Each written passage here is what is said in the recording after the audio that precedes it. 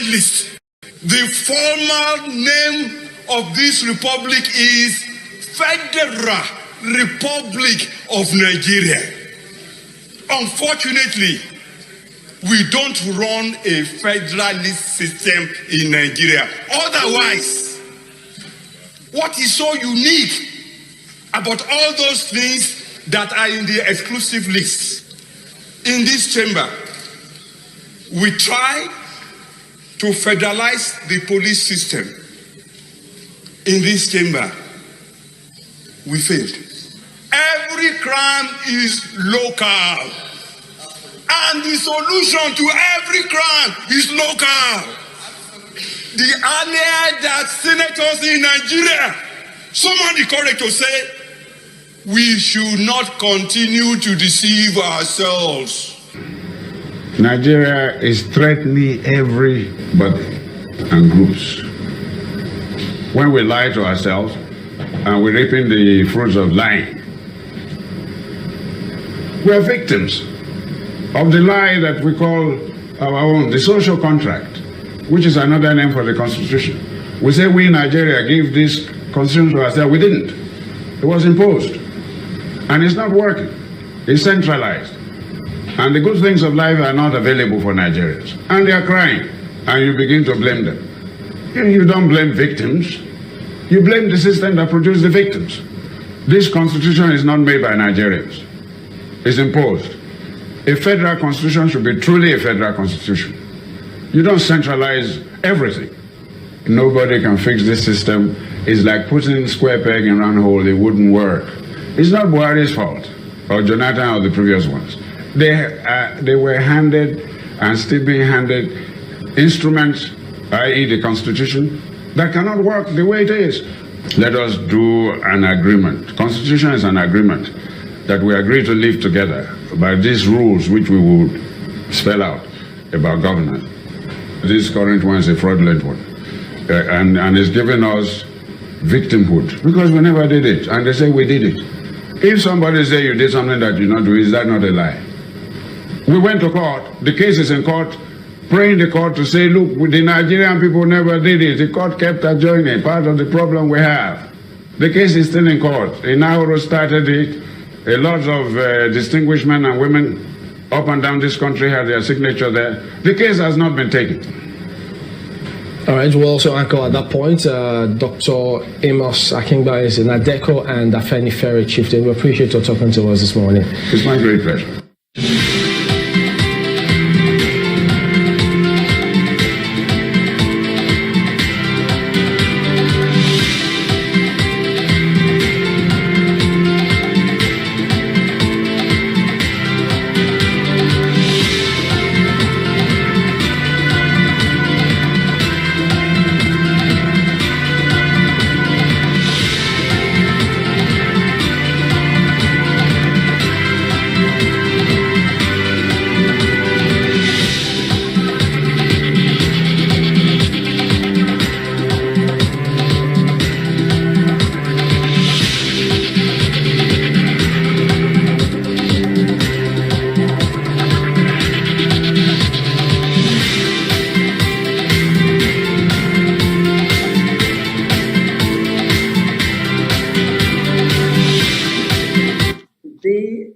Is a culmination of what has been going on in the past 25 years.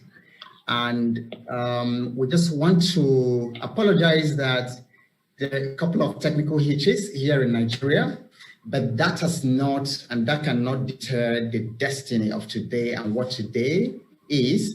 So we just enjoy you to be a little patient, for it is worth it. It is worth it. Everything has gone out to this very day. Okay, so to be very clear, just for those who joined us earlier on, this is not the event of today. The Freedom Park Proclamation clip that we are showing right now is just to give you the background to today's event. The decision taken here on that day is what is being enforced today. Okay, just so that you have the background. Okay, thank you.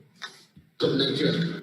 And the history of the colonial beginnings of Nigeria as a British business enterprise is too well known to bear any further repetition, and so it would suffice to remind us that Nigeria was not the consensual project of its constituent component nationalities, and that 4 decades into the Lugadian experiment of 1914, the regional leaders of the forcefully amalgamated territories had no faith whatsoever in the artificial political union into which their peoples had been locked by the British. And so, while Alhaji Ahmadu Bello, as Premier of the Northern Region, lamented the British imposed union as the mistake of 1914, Chief Obafemi Awolowo had dismissed Nigeria as a mere geographical expression.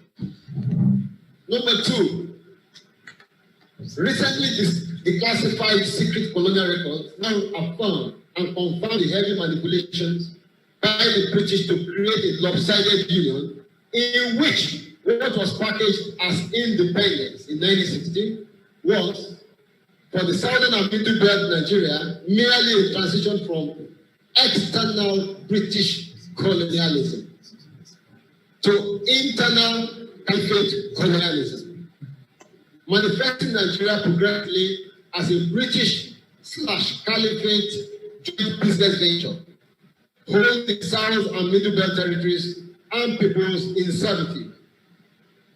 On this note, it is instructive to recall the December 1913 description by the then Secretary for the Colonies, Lord Harcourt, of the impending January 1st, 1914 illicit annexation of southern Nigeria to northern Nigeria, as the British married off the southern lady of means to the poor but well-conducted Nigerian youth, northern youth, and to point out that it was the celebration of this grand bequest that Ahmadu Bello had declared to his lieutenants in the very week of Nigeria's independence in October 1960, that the new nation called Nigeria should be an estate of our great-grandfather, that's his own great-grandfather, Uthman Fodio.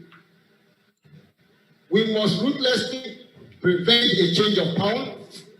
We will use the minorities of the Middle Belt as willing tools, God forbid.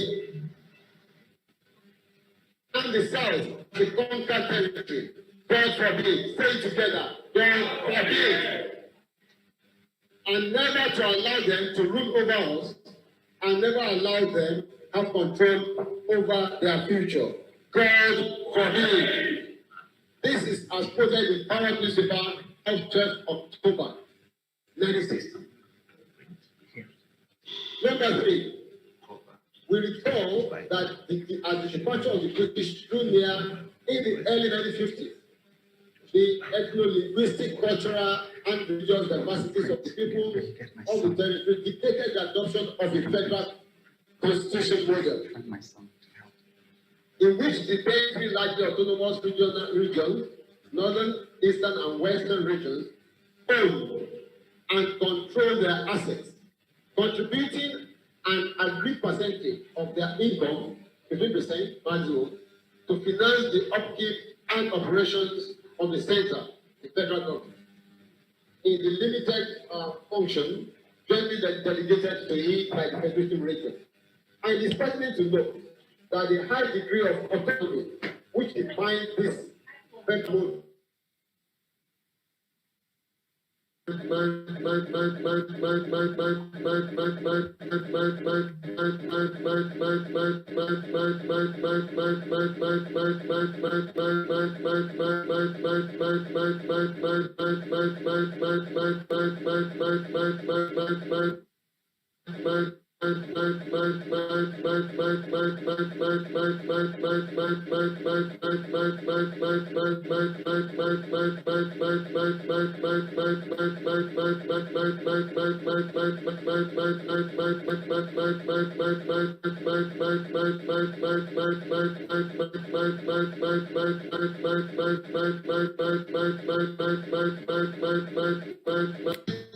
and became the owners of the assets and sovereign rights of the region, fractured force into 12 states in 1967, and subsequently present 36 states, which groveled at the feet of an omnipotent federal government, with a 68-item federal executive legislative list that rendered the states completely incapacitated. As far as we are concerned, what happened in 1966 truncated Nigeria. Nigeria, our fathers negotiated in 1959 up to elections, 1960, died in 1966. It is self-evident, number 5, that this inverted federalism is directly responsible for the globally acknowledged failings of Nigeria in all spheres, manifesting in pervasive corruption, infrastructure, gross insecurity, mass poverty, and hopelessness, thrusting Nigeria upon the global podium as the case study of a failed state. It is also self-evident that the many regional additions in Nigeria, whether for resource control, exit from failed Nigerian Union, or for regional autonomy, or for sovereign national conference, are basically regional responses to Nigeria's inverted and distorted federalism, and therefore raise sovereignty questions that elections cannot answer.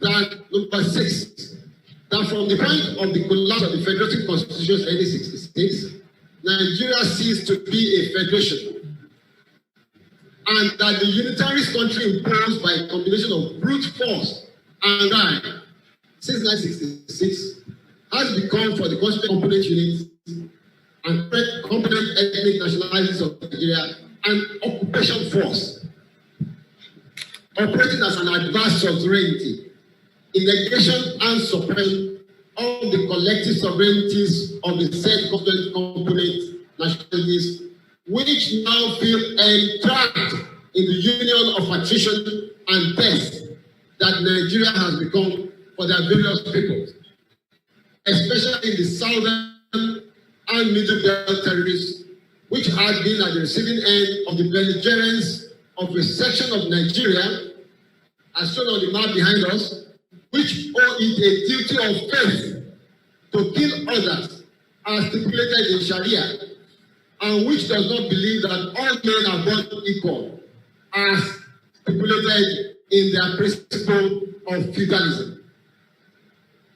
Number 7, the simultaneous imposition of Sharia by the 12 contiguous states of the federal section or the feudal section of northern Nigeria in the year 2000 rendered the already distressed union of Nigeria practically untenable, since Sharia and feudalism are mutually exclusive, with democracy and constitutionalism, to which the rest of Nigeria subscribed, and so it became a situation of irreconcilable clash of civilizations, with little prospects of finding any viable, sustainable resolution, as no side can be compelled or persuaded to abandon their worldview. Number 8, that the president imposed master-servant constitutional order, which emanated from the series of decrees made between 1966, when Nigeria failed to exist, and 1999, which backed both the so-called 1979 Constitution and its 1999 reincarnation, called the 1999 Constitution, that currently define the union called Nigeria, cannot be the basis for any democracy. For the same reasons that no democracy could have been built on the apartheid constitution in South Africa. Number 9, that many of painstaking people-led democratic processes, including PRONATO and other multi-regional initiatives, to find a sustainable resolution to the damaged constitutional foundations of Nigeria had been ignored and denigrated by successive federal governments, including the present administration, as recent as November 2018, when in faraway Paris, France, President Muhammadu Buhari declared that those talking about restructuring were lazy, and without a clue on what they mean by restructuring and how it could be undertaken. A comprehensive response was given by us as to the meaning, content, and process of restructuring, as was raised by an alliance partner organization titled Open Memorandum to President Muhammadu Buhari on his Paris queries on restructuring. You can find this on Facebook. Just Google it on Facebook. And we adopt, the link is available too, we adopt and incorporate the full text of the said open memo on November 16, 2018, as the wider articulation of the issues around the demand for the reconfiguration of the constitutional foundations of Nigeria, preferably through referendum. It is also a matter of public knowledge. Number 10, it is also a matter of public knowledge that as a part of the aforementioned people-led processes, the component regional blocks of Nigeria, throughout the southern Nigeria and the Middle Belt, had in the course of the last 3 years taken their turns to publicly repudiate the 1999 Constitution as the basis of the Nigerian Union. And the next logic step is to initiate a time-bound process for the termination of the operation of that Constitution. That Constitution must die for Nigerians, all the ethnic nationalities, and all the peoples of southern Nigeria and the Middle Belt to live. It is our condition that the most urgent challenge before Nigeria today is to reconstitute itself back to being a federation as the only viable mechanism for addressing the self-determination and sovereignty issues raised by the thoroughly disputed constitutional arrangements of Nigeria, not by elections that can only exacerbate an already bad situation. The current dangerous crossfire between political gladiators and the trajectory of the political discourse in Nigeria is reminiscent of the 1962 to 1965 episodes which exploded into the collapse of the Union in 1966. Accordingly, we, the self-determination groups of Yoruba land, under Yoruba Liberation Command and its associates, under the Biafra Coalition, under the Niger Delta peoples, and under the peoples of the Middle Belt,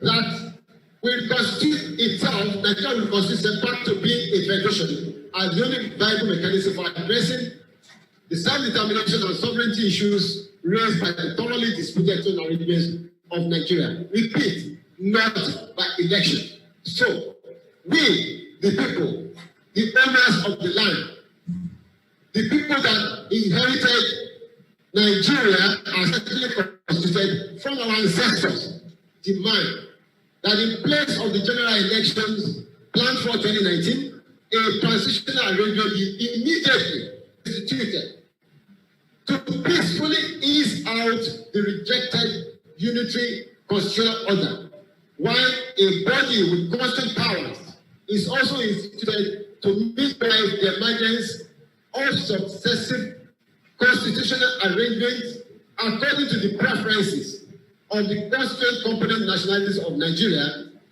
to be ascertained by referendum. Referendums in the various constituent units that make up present in Nigeria to determine whether or not they want to remain in Nigeria or the most exit.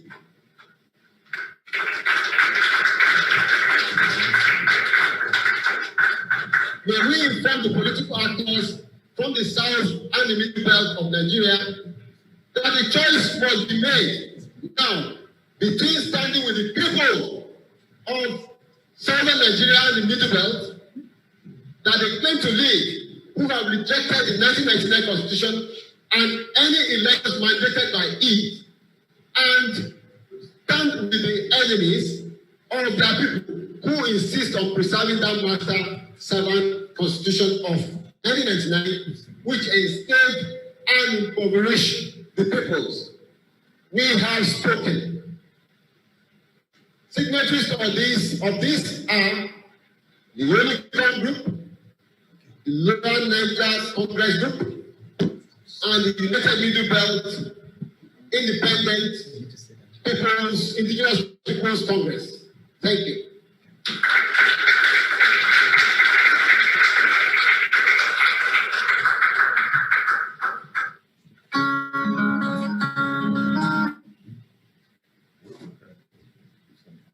Okay, so thank you all very much. What you just heard was in December 11th of 2018.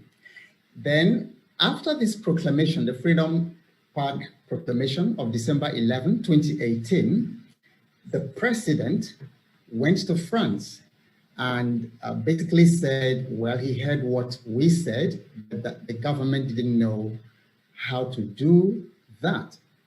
So we wrote an open memo to the president and to the government, telling them exactly what is going to happen. And that was in November 16th of 2018. And what you're going to hear now is exactly what we told the president, and it was published in the Guardian newspaper. So in a moment, you will hear what we told the government of the day. And between that time and to do that. So that's why we're here today, to enforce that. So I'm going to invite Otumba Fola Shade to read that memo that the Alliance sent to the government of the day. Okay. Concerning the restructuring and the reforming of the foundation of the country. Thank you. So, Otumba Fola Shade, over to you.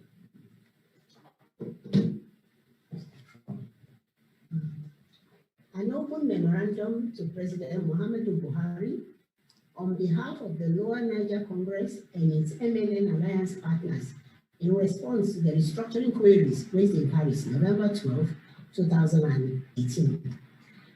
At an interactive session held with Nigerians resident in France, November 12, 2018, on the sidelines of the World Peace Forum in Paris, Nigeria's President Muhammadu Buhari was reported by the media as saying the following: "There are too many people talking lazily about restructuring in Nigeria. Unfortunately, people are not asking them individually what do they mean by restructuring. What form do they want restructuring to take? Do they want us to have something like the 3 regions we used to have? And now we have 36 states and the FCT. What form do they want? They are just talking loosely about restructuring. Let them define it, and then we see how we can peacefully do it in the interest of Nigerians. They are just saying they want Nigeria restructured, and they don't have a clue of what the form of restructuring should be. So anybody who asks you about restructuring in Nigeria, ask him what it means and what form he wants it to take. Putting aside the unfortunate condescending haughtiness of describing the protagonists of restructuring as lazy and clueless, and for the purpose of clarity, the elaborate queries embedded in these comments credited to Mr. President could be summarized into 2 broad questions. What exactly constitutes a restructured Nigeria? How precisely should the restructuring exercise be undertaken. Let us note that question 1 relates mainly to the contents of restructuring in terms of what should emerge as the structure of Nigeria after the restructuring exercise could be successfully prosecuted. Before engaging these two broad questions, a few preliminary remarks would be necessary to establish the baselines for this intervention with a view to dissecting and bringing clarity and perspective to the entire restructuring discourse in a matter that is capable of advancing the difficult dialogue of the threshold of actionable common ground. Let it be recalled that after many years of government prevarication on the Let it be recalled that after many years of government prevarication on the subject of appropriate constitutional arrangements for Nigeria, a critical mass of thought leaders who had a thorough grasp of what the real issue of the sick Nigerian state are and what potent remediation options are available to its cure, came together from across the ethnic and geopolitical divides in Nigeria, including some of your contemporaries in the Nigerian military, and took upon themselves the daunting task of mobilizing the peoples of Nigeria towards a consensus that would generate more workable and more acceptable constitutional arrangements for Nigeria in place of the unworkable unitary constitutional order that was unilaterally fostered by military fiat between 1966 and 1999 on a Nigeria that was designed to be a federation. The said mobilization efforts led to the convocation of the People's Sovereign Conference of the Ethnic Nationalities of Nigeria by the Enahoro-led Pro-National Conference Organizations, PRONACO, 2005-2006, which successfully brought together delegations from the various ethnic nationalities across Nigeria, civil society, and the leadership of the various regional self-determination agitations of that period, some armed, including the Odua People's Congress, OPC, as led by Gani Adams, the Movement for the Actualization of the Sovereign State of Biafra, MASOB, as led by Ralph Iwazuluke, the Niger Delta People's Volunteers Force, NDPVF, as led by Dokubo Asari, amongst others. The conference, after almost 2 years of exhaustive deliberations in an unfettered atmosphere, successfully produced the draft People's Constitution in August 2006, anchored on the regional drafts of the various regional delegations within the self-determination rights of the nationalities, being the constituent components of the distressed Nigerian Federation. The processes that produced the said draft People's Constitution had and still have the potential to fully guide Nigeria's return to its federal basis, and the federal government of that time engaged with the processes. Former President Obasanjo had actually declared that we were committing treason for convening a sovereign conference of the peoples of Nigeria. Having been a part of the wider spectrum of leading political actors from northern Nigeria involved by way of consultation in the PRONACO process, Mr. President,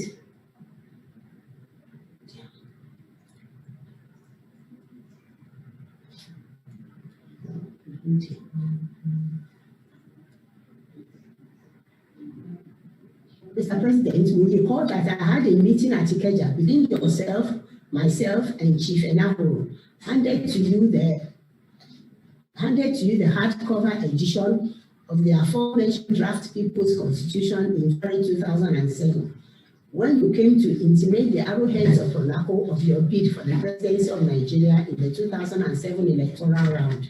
If there be any need for reminders on the events, 2005 to 2006 as outlined here, Mr. President, I have no doubt that your current APC compatriots, Bola Ahmed Tinubu, then Governor of Lagos State, Babatunde Fashola, then Chief of Staff to Governor Tinubu, and Emi Osinbajo, then Attorney General of Lagos State, will readily be available to refresh your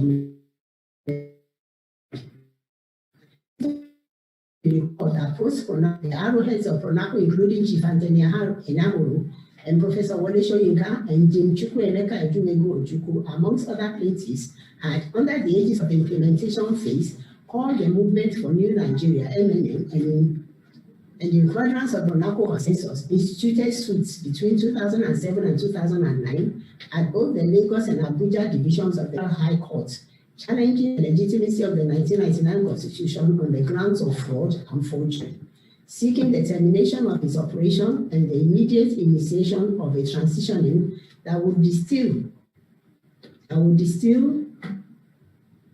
the successor constitutional arrangements, just as South Africa had to do to ease itself out of the obnoxious apartheid constitutional order between 1990 and 1994, under the leadership of courageous President Frederick W. de Klerk.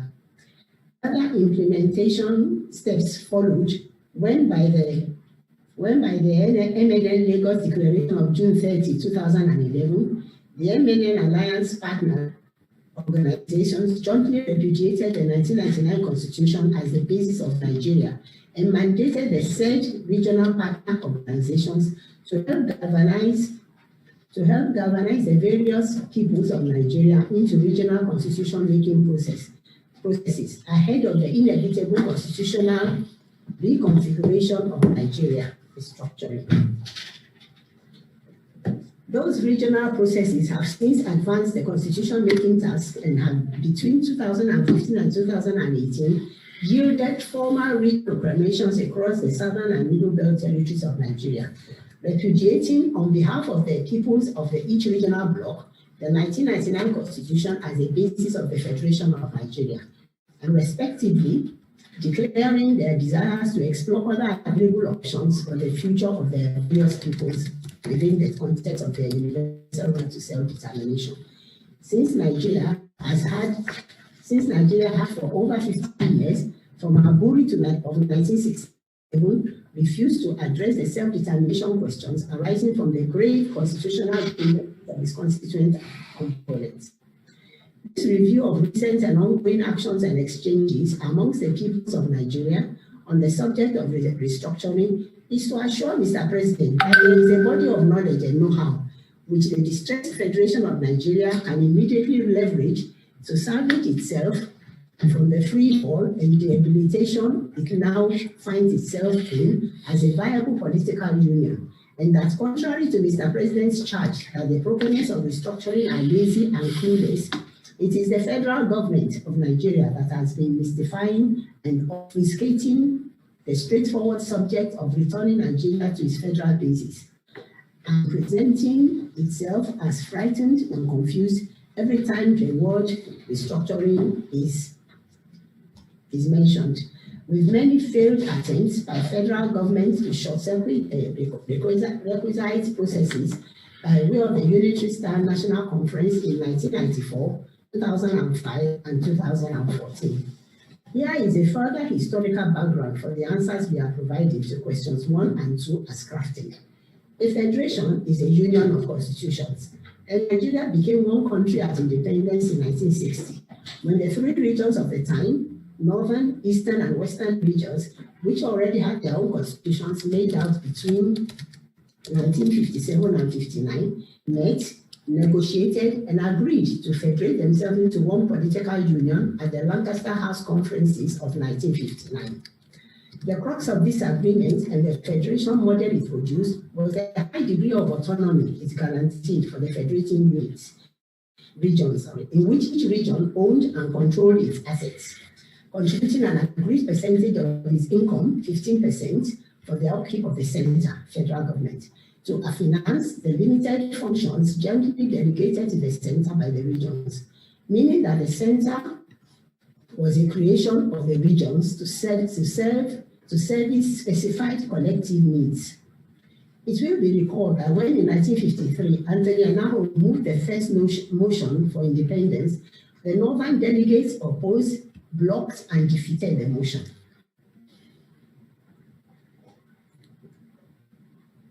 On the ground that the northern region was not yet ready for independence.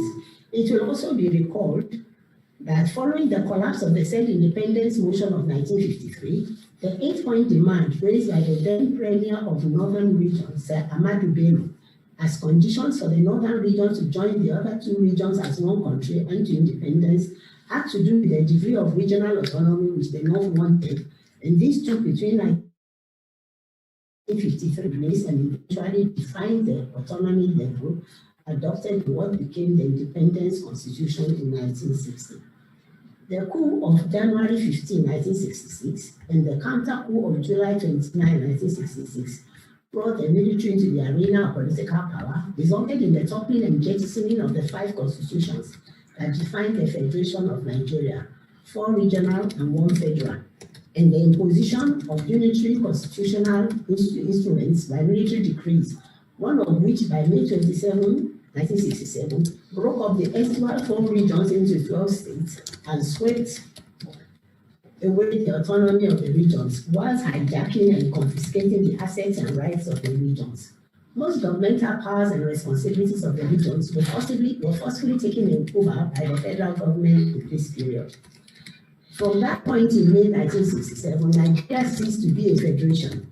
It became and has remained a unitary state to date, fractured into 36 largely impotent states that govern at the feet of an omnipotent but grossly inefficient federal government, holding to itself 68 items on the federal exclusive list, legislative list, as encapsulated by the imposed 1999 Constitution, which is a wholesale carryover of the equally imposed 1979 Constitution, despite the bogey called the 1977 Constituent Assembly, since the 17 amendments introduced by Obasanjo's Supreme Military Council in September 1978 overrode the clean draft of the Constituent Assembly of 1977, and that is what has brought Nigeria to the solid path it currently is in, becoming the leading global example and case study of a failed state, and also emerging the poverty capital of the world, despite its huge endowments in human and material resources.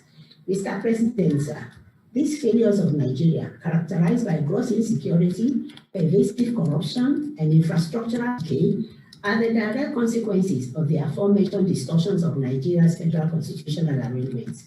Since 1966, now fueling the trenchant demands for restructuring and outright exit from what has become a union of attrition for the vast majority of frustrated citizens and the peoples of the constituent components of Nigeria, who now feel entrapped in an unworkable imposed union, and framed by a constitution the authorship of which is falsely credited to them in the preambular text which pretend we, the people, enacted our own damnation.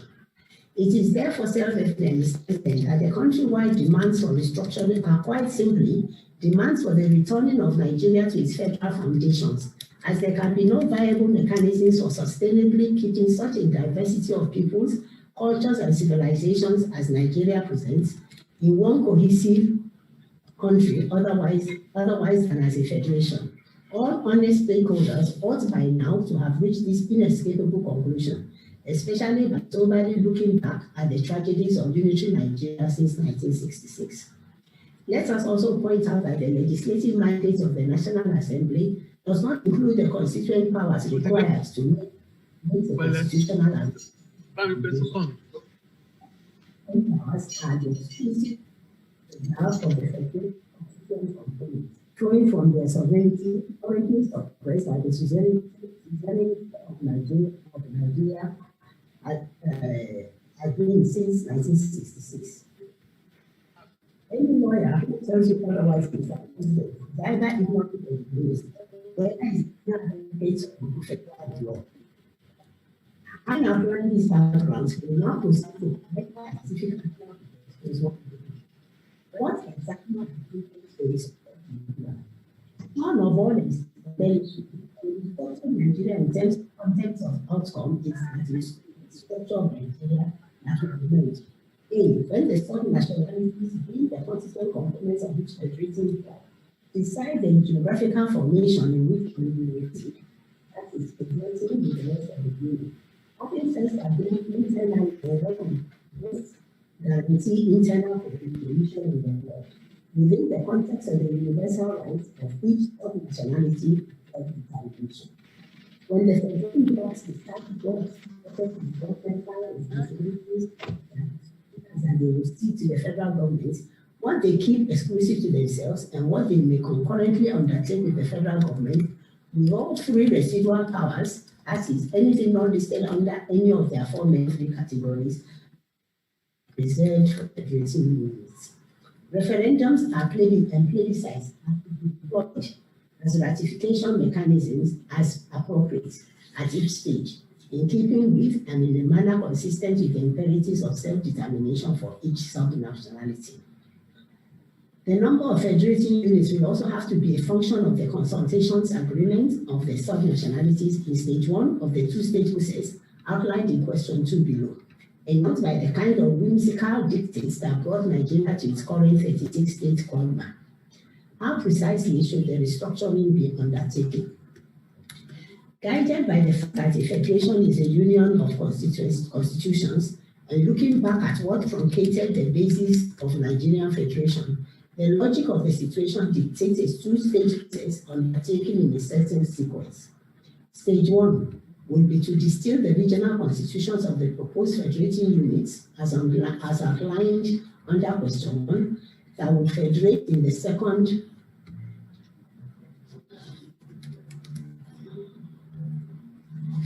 That's the reason.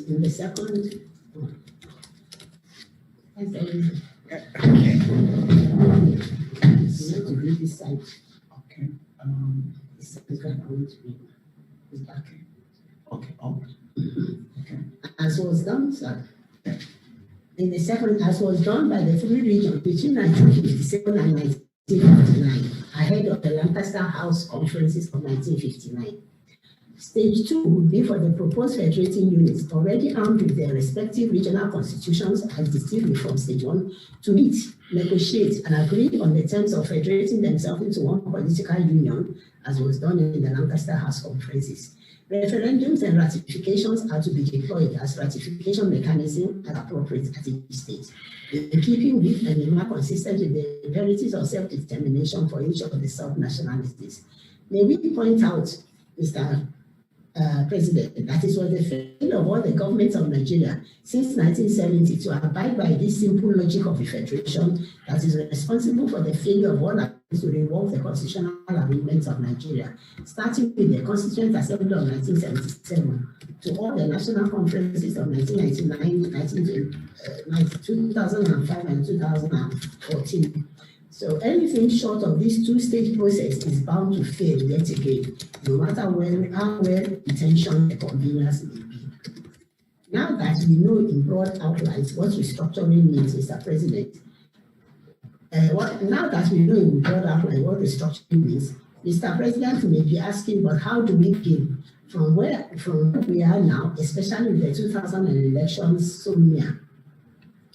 The best guide on how to proceed from where Nigeria is right now is to look at how South Africa eased itself out of the quagmire of the apartheid constitutional order between 1990 and 1994, under the courageous leadership of President W. de Klerk, when the apartheid era South Africa arrived at the very situation Nigeria has now arrived at under the imposed Master Servant 1999 constitution that has been repudiated and rejected countrywide, but to which a tiny band of political merchants across Nigeria hold tenaciously for huge, humongous personal and group benefits.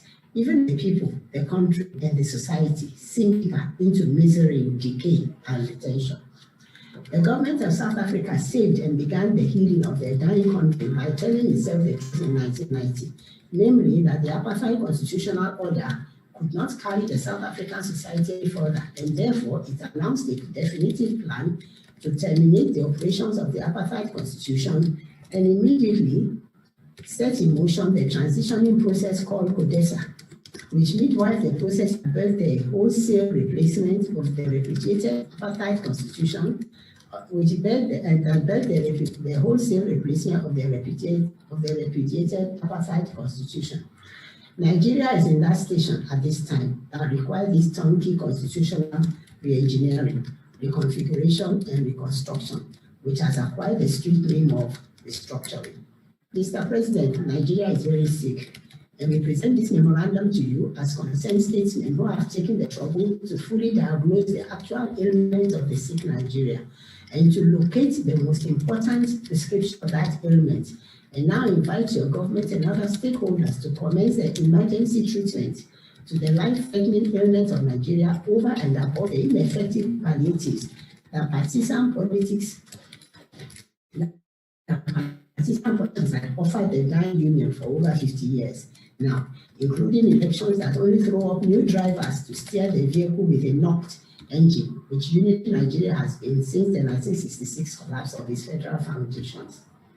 Whether we admit or not, Nigeria is now a thoroughly disputed project site, and further construction is not only a monumental waste, but makes a peaceful resolution much more difficult and much more costly.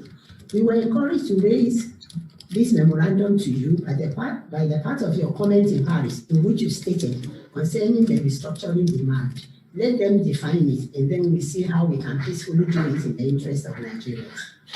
This is a much better tone and language than the previous dismissive and unnecessarily combative disposition of Mr. President to the demand for restructuring. We have defined it. The board and the court of Mr. President, as custodians of the body of knowledge and know-how, required to undertake this inevitable reconfiguration and reconstruction of the damaged constitutional foundations of Nigeria, we will stand by to offer our guidance to the process.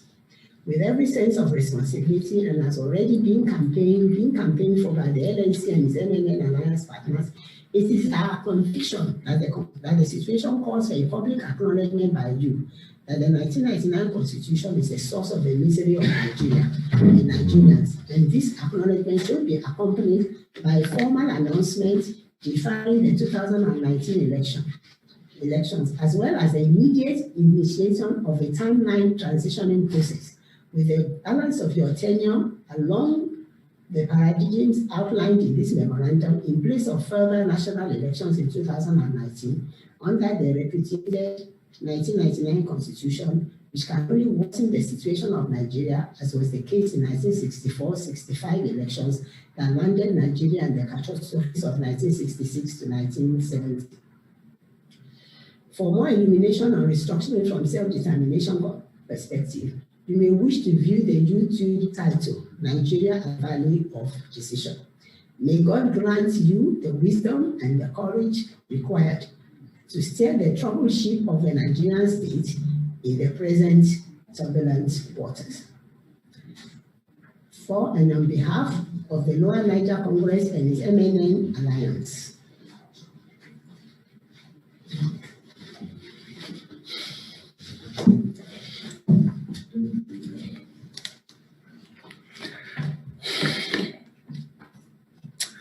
Okay, thank you very much, Otumba Olukoya. As I have indicated in the chat, next up we're going to scroll through your screen the lead signatories for today's very important proclamation, the force majeure. And also to say that these are just the lead signatory. There are over 20 million other signatories that we are hoping to process, to forward to the United Nations to do the needful. And we are also very excited that most of the signatories are right here on this call. So immediately after we finish scrolling the signatories, we will go ahead and make the proclamation.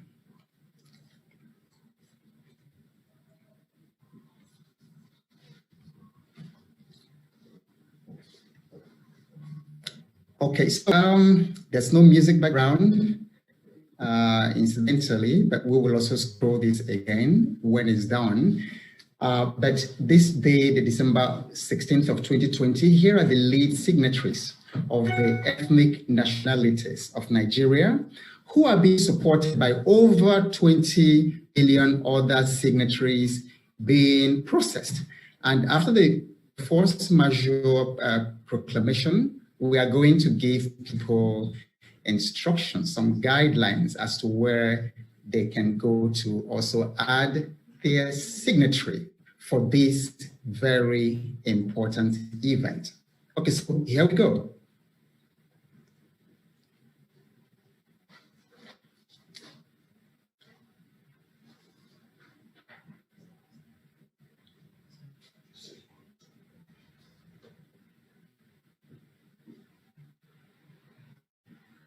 So as you can see, these are very key individuals and the people, the core representatives of the people of the ethnic nations in Nigeria.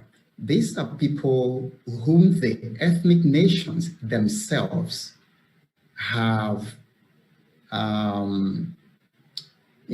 feel very comfortable to represent them, far more comfortable and far more reliable with them than the people who are currently in Abuja trying to represent them.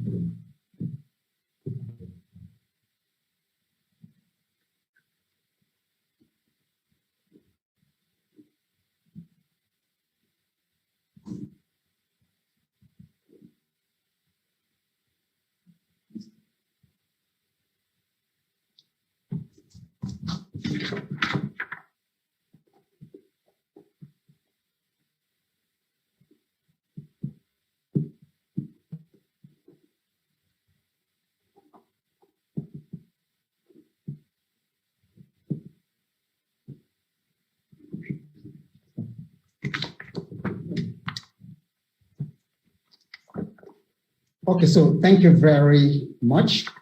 All right, so I want to observe that the network is compromised where Professor Akintoye, who is actually billed or who was billed to read the proclamation, where he is, the network is compromised, and we have done quite some bits to try to make it happen over the past couple of hours.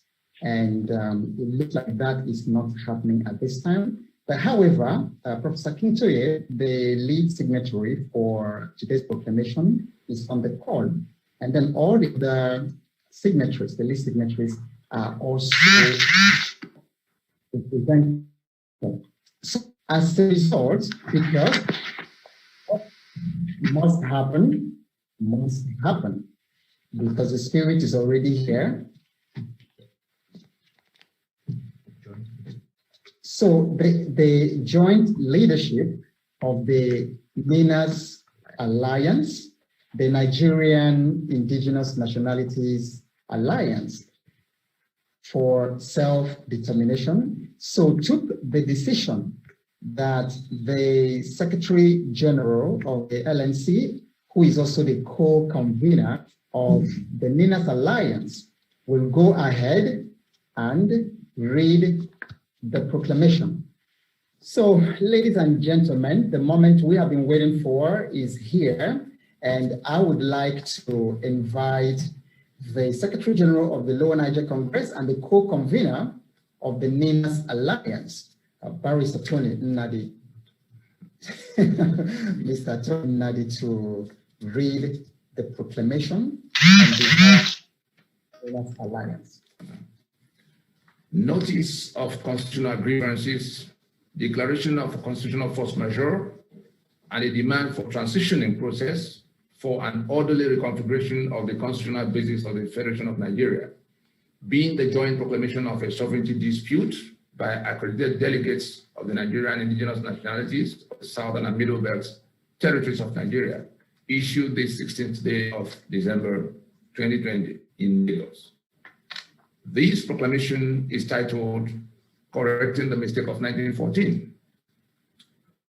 Ladies and gentlemen of the press, as the distressed Federation of Nigeria wobbles in what seems its terminal throes, as young Nigerians rise up massively in revolt against a system that ruined their present and compromised their future, and as bloody conflicts rage in all parts of Nigeria in disputation of the terms of the distressed Nigerian Union, and as concerns mount in the international community, first regarding the shaky future of the troubled Nigerian Federation, and second, the impact of a possible disorderly dissolution of Nigeria over the West African sub-region, the rest of Africa, and indeed the world.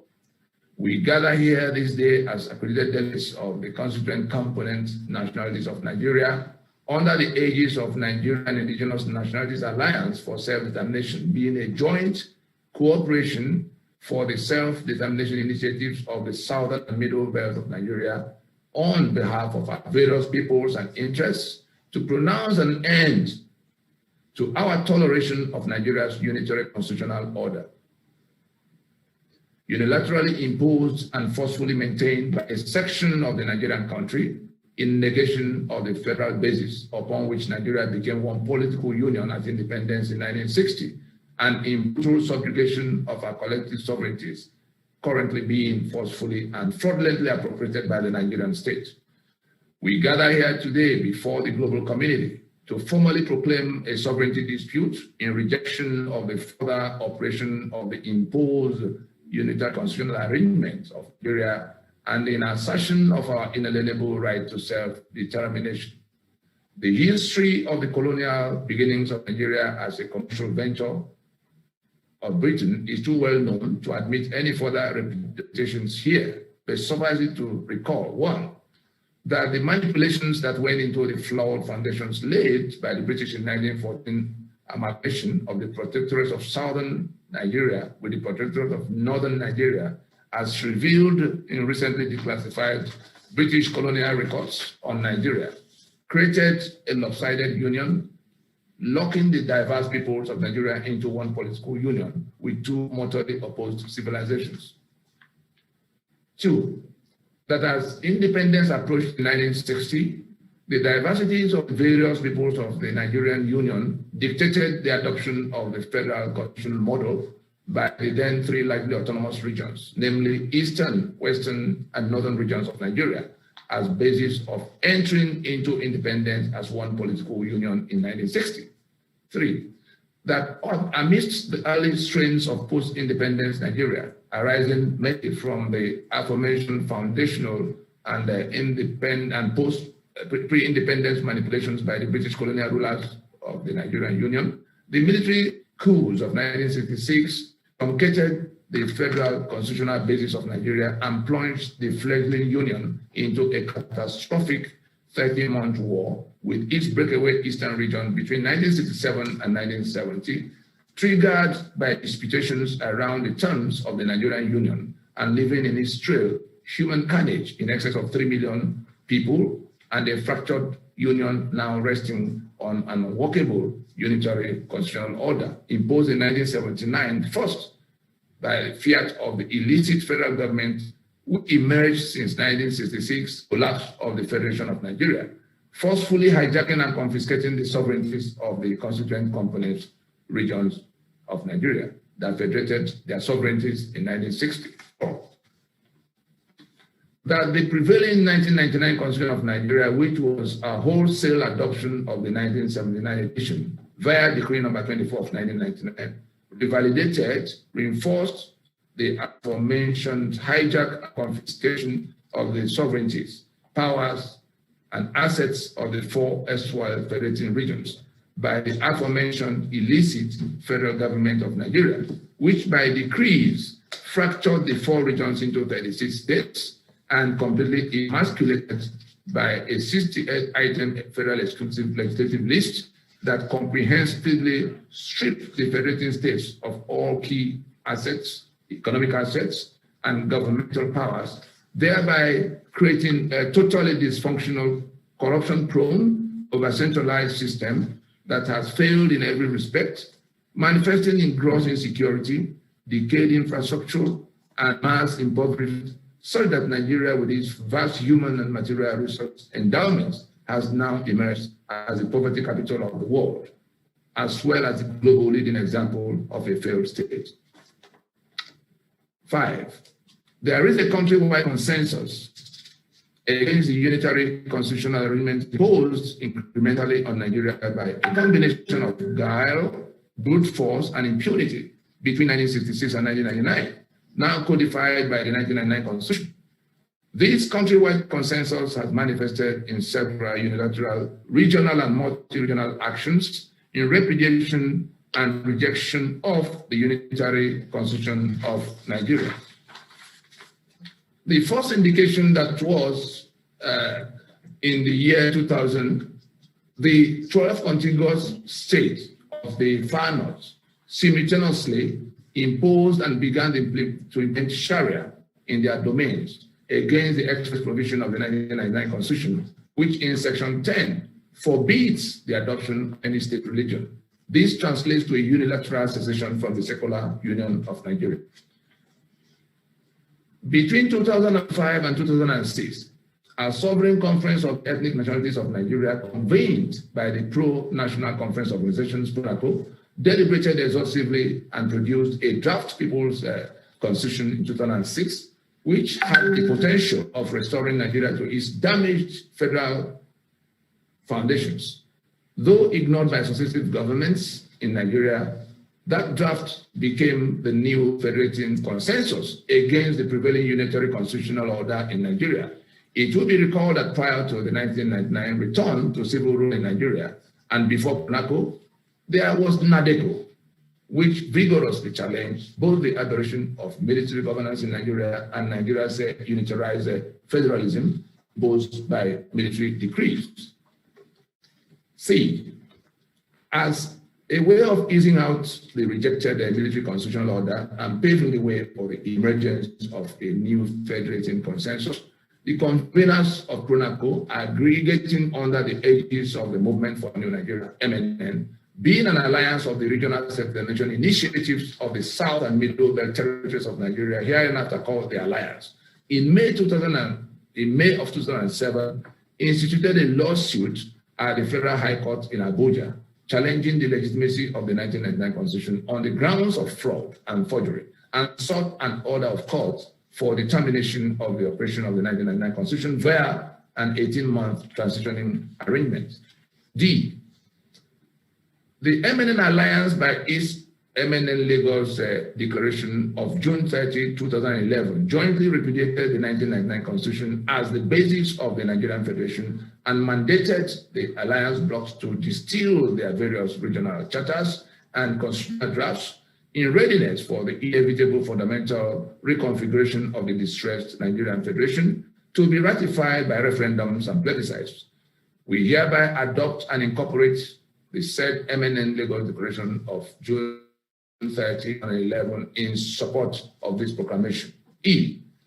Pursuant to the mandates of the MNN Lagos Declaration of June 30, 2011, the regional blocks of the MNN Alliance convened their various regional solemn assemblies between 2015 and 2018, namely the April 27, 2015 solemn assembly of the peoples of the Lower Niger in Port Harcourt, that is the Southeast and South-South, that is Lower Niger Territory. The 7th September 2017 Yoruba Summit in Ibadan, and the July 18, 2018 Emergency Assembly of the Peoples of the Middle Belt in Makurdi.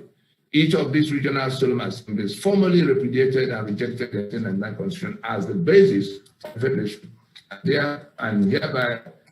We hereby endorse, adopt, and incorporate the resolutions reached by each of those solemn assemblies. F.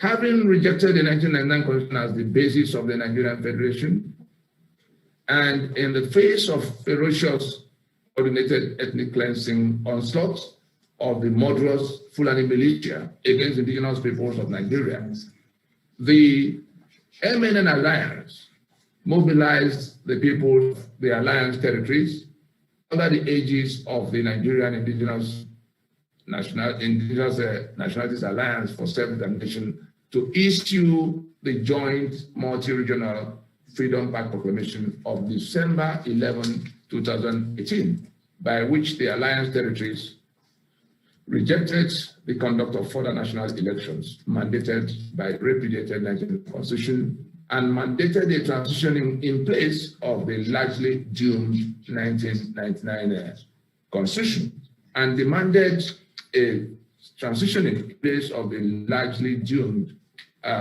2019 national elections as a way of putting a time to the termination of the operation of the 1999 Constitution and the distillation of successor constitutional protocols. The said Freedom Park Proclamation of December 11, 2018 is hereby adopted and incorporated in support of this present proclamation. It is pertinent to note that across all the regions of Nigeria, various social, cultural, and ethnic interests, varied organizations have also been vehement in expressing the constitutional grievances of their own people, some even violently. Thus, on the Yoruba side, we have the Afenifere, the Yoruba Elders Council, Agbekoya, the Yoruba Liberation Command, the YWC, and many more, including the Ilana Omo Odua, which now aggregates several Yoruba self-determination initiatives across the world in the eastern part of southern Nigeria. Habo Hanese, Movement for the Survival of the Ijaw Ethnic Nationality in the Niger Delta, that's Mosians, Ijaw National Congress, INC, Ijaw Youth Congress, DEF, Midwest Movement, the Delta People Volunteer Force, MEND, MASOB, IPOB, others in the Middle Belt. We have the Middle Belt Forum, the MBC, the SOCAPO, the Connector, and many others. Several notable statesmen in Nigeria, including General Olusegun Obasanjo and Yakubu Gowon, both former heads of states, have lent their voices to the urgent imperative of the fundamental reform of the damaged constitutional basis of Nigeria, warning that any further delay may lead to the catastrophic collapse of the distressed Nigerian Union. Nigeria's former Defense Minister, Lieutenant General Theophilus Danjuma, had also urged indigenous peoples of Nigeria facing the ethnic cleansing onslaught of the murderous Fulani invaders to defend themselves and their lands in the face of obvious collusion of the federal government of Nigeria and its armed forces with the Fulani invaders. In the aftermath of the October 2020 NSAS protests, many, including the Nigerian Christian Elders Forum, now insist that Nigeria needs to be renegotiated. Between January and July of 2019, a delegation of the Alliance territories engaged the international community, especially stakeholder institutions in Washington, D.C., to alert the US, and the community of the degenerating security situation in Nigeria, where ISWAP, terror machinery of ISIS, made sweeping inroads into Nigeria and the Lake Chad Basin, Nigeria as its hub, with large-scale killings and dislodgement of Christian indigenous populations, mainly in the Middle Belt and the South, encouraged by what seems a manifestly sympathetic of Nigeria and its armed forces in circumstances that present terror-related concerns to the global community, particularly the United States. 3, specific constitutional grievances touching on the sovereignties of the constituent components of the distressed Federation of Nigeria, which are beyond the powers of the legislative mandate of the National Assembly of Nigeria or the federal government of Nigeria to unilaterally address. Let me repeat. Specific constitutional, this is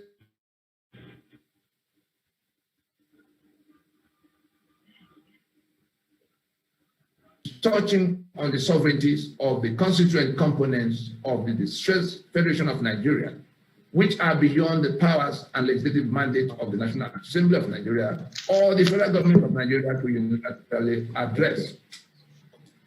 We continue with the specific constitutional grievances.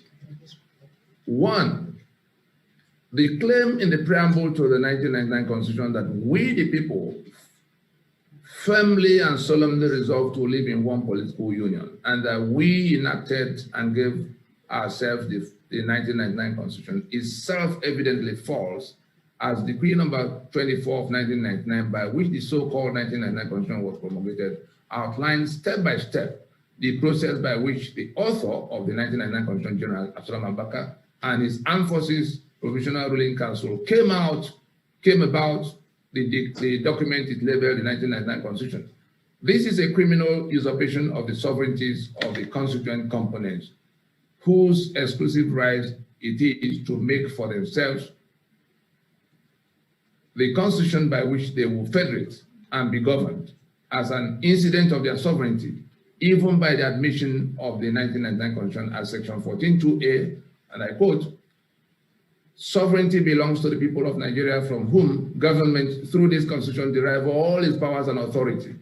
This is the fountain from which all other constitutional grievances flow, and there is no other remedy to this particular grievance than an autochthonous process by which the constituent components will submit their peoples and their lands into a union, and also stipulate the terms of that union to be ratified by referendums and plebiscites."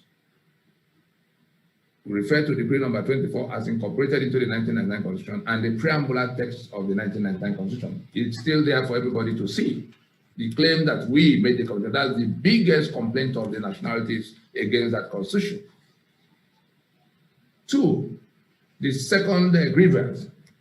A federation is a union of constitutions, and Nigeria became a federation of 3 largely autonomous regions at independence in 1960, when those regions, each armed with its own constitution, agreed to federate into one political union after a series of negotiations at Lancaster House in London between 1957 and 1959.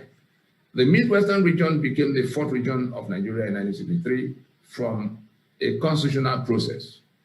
The 36 states and 774 local government structure unilaterally imposed by the 1999 Constitution fundamentally distorts the pre-1966 4-region federation, especially the power relations between the federating units and the federal government, which is supposed to be a creation of the federating units, rendering the Nigerian Union a unitary state away from the federal basis upon which the autonomous regions of the diverse peoples of Nigeria agreed to become one political union at independence. These imposed structures also create artificial permanent political majorities and permanent political minorities, irrespective of ground realities in terms of population and other key indices, with grave implications for representation in the places of decision-making as well as resource allocation, amongst other debilitations.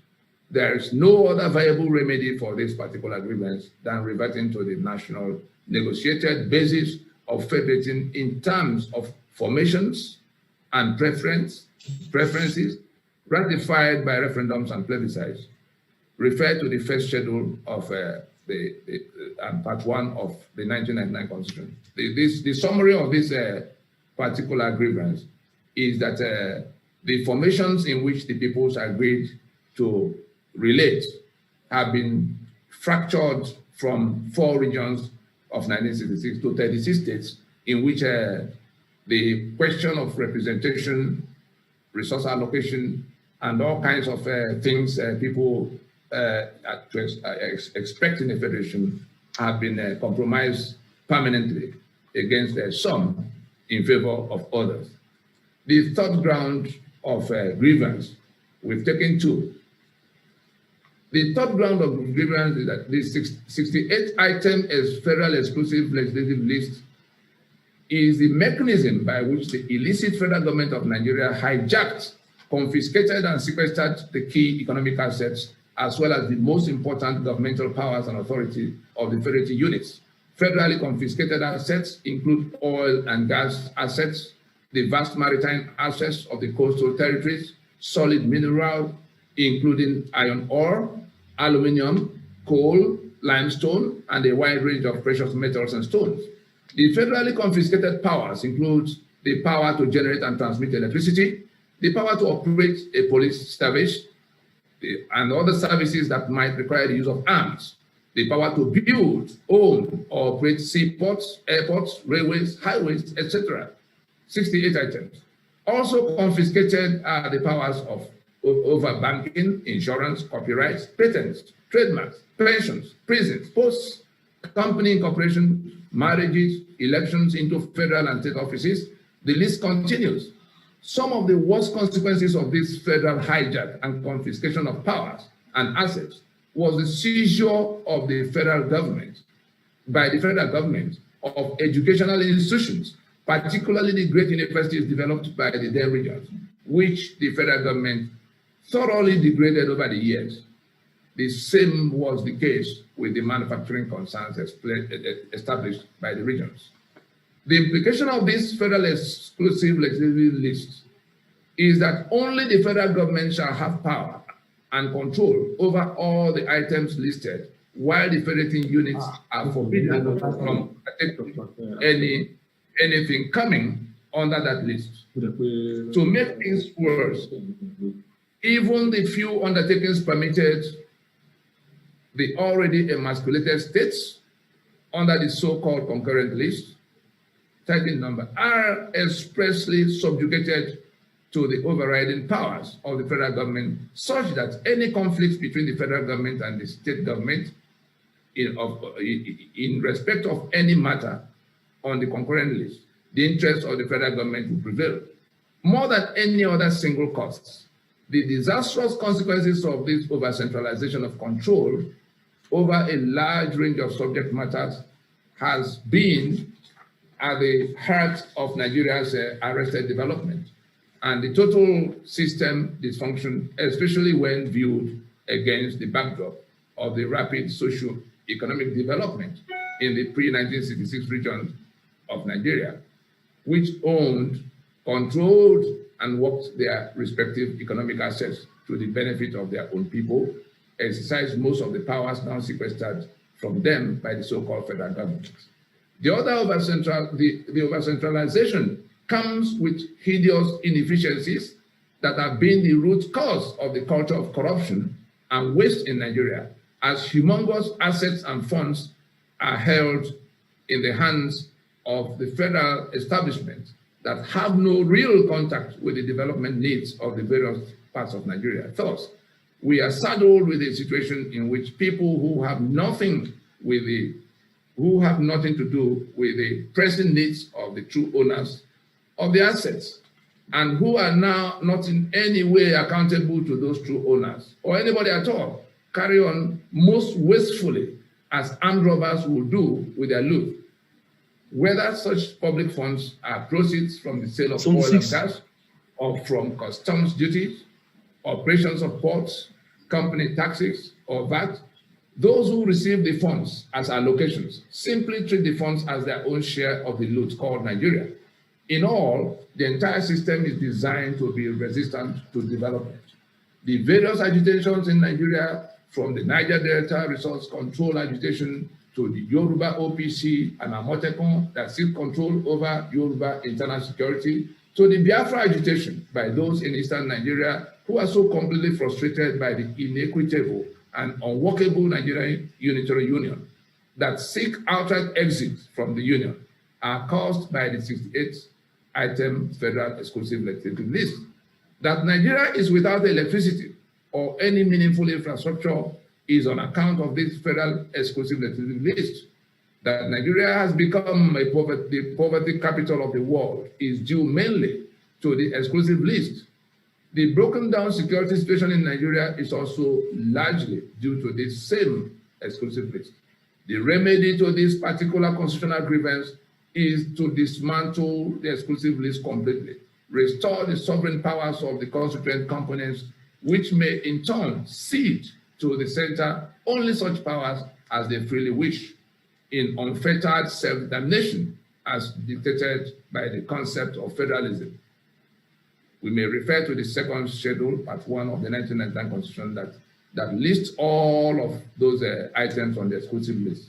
Nigeria is where it is today largely on account of that. Number 4, that's the fourth ground of grievance.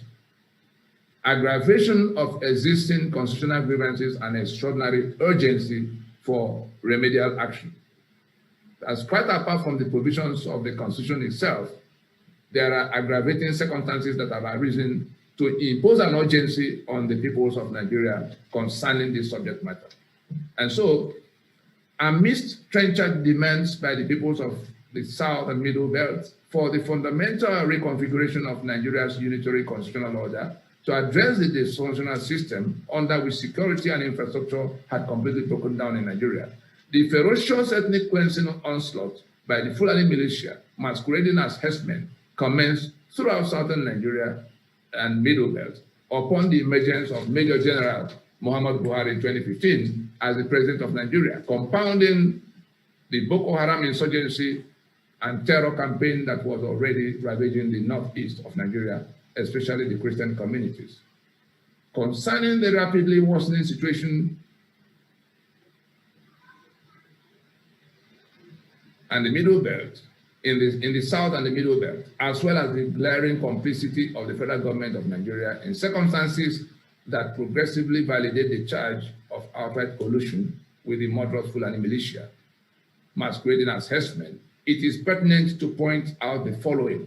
A, that as president and commander-in-chief of the armed forces of Nigeria, Muhammadu Buhari, a Fulani himself, and the life grand patron of the Fulani Cattle Breeders Association, MAGBA, had asked the governor of Benue State, Samuel Otom, who had come to seek the federal government's intervention on the invasion of Benue State by Fulani herdsmen, to go home to his people and learn how to live in peace with the murderous Fulani herdsmen, who Buhari described as the Fulani of Benue. B, Nigeria's defense minister under President Buhari had declared that the developments blocking what he described as ancient cow grazing routes must be removed, or the cows and the herdsmen will bulldoze their way through the developments. C, the Inspector General of Police under President Muhammadu Buhari declared that the states which passed and enforced anti-open grazing laws were responsible for the violence being unleashed by the Fulani herdsmen, and that unless these laws were repealed, the situation could only get worse. That's the Inspector General of Police that should have been at the forefront of defending people from the attack of these herdsmen. D, amidst the agonizing cry of the peoples of the Middle Belt and the South regarding the invasion of their communities by murderous Fulani militia, the spokesman of the president, Buhari, Femi Adesina, advised the distressed and endangered communities that it would be better to give up their lands to the Fulani in order to save their lives. E, under the watch of President Buhari, and at the outset of the post-2015 escalation of the Fulani herdsmen killings in southern Kaduna, the governor of Kaduna State, Malam Nasir Rufai, had announced that he went to 14 different countries to appease the Fulani who come from those countries to kill in southern Kaduna. These appeasement measures, according to El Rufai, included the payment of 100 million naira from the public treasury of Kaduna State to the invading murderous Fulani militia. F, under the watch of President Buhari, a strange practice was introduced in which captured fighters of Boko Haram and other terror groups are freed by the federal government of Nigeria, which declares them repentant and actually absorbs them into the Nigerian military to fight side by side with people who were chasing them just the day before.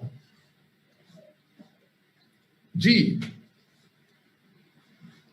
the recent unilateral declaration by President Buhari that Africans from all parts of Africa are free to enter Nigeria without visa, and the consequent influx of Fulani into Nigeria, who are being openly aided by the federal government of Nigeria to take over vast lands from the indigenous communities, has exacerbated the undisguised ethnic cleansing by the invading Fulani, whom the governor of Bauchi State recently declared as being all Nigerians.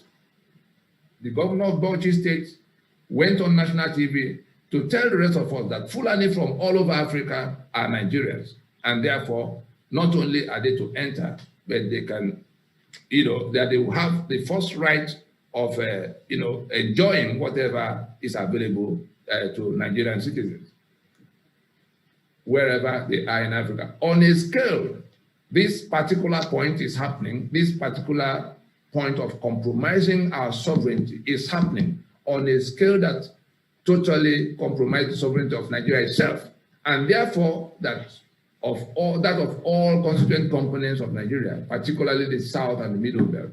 The massive influx of dangerous-looking Fulani migrants into southern Nigeria during the federal government-imposed COVID-19 lockdown is a pointer to the malevolent motives of the Fulani. In the first week of August 2020, the U.S. raised alarm about an impending invasion of Nigeria by both Al-Qaeda and ISIS from Nigeria's northwest.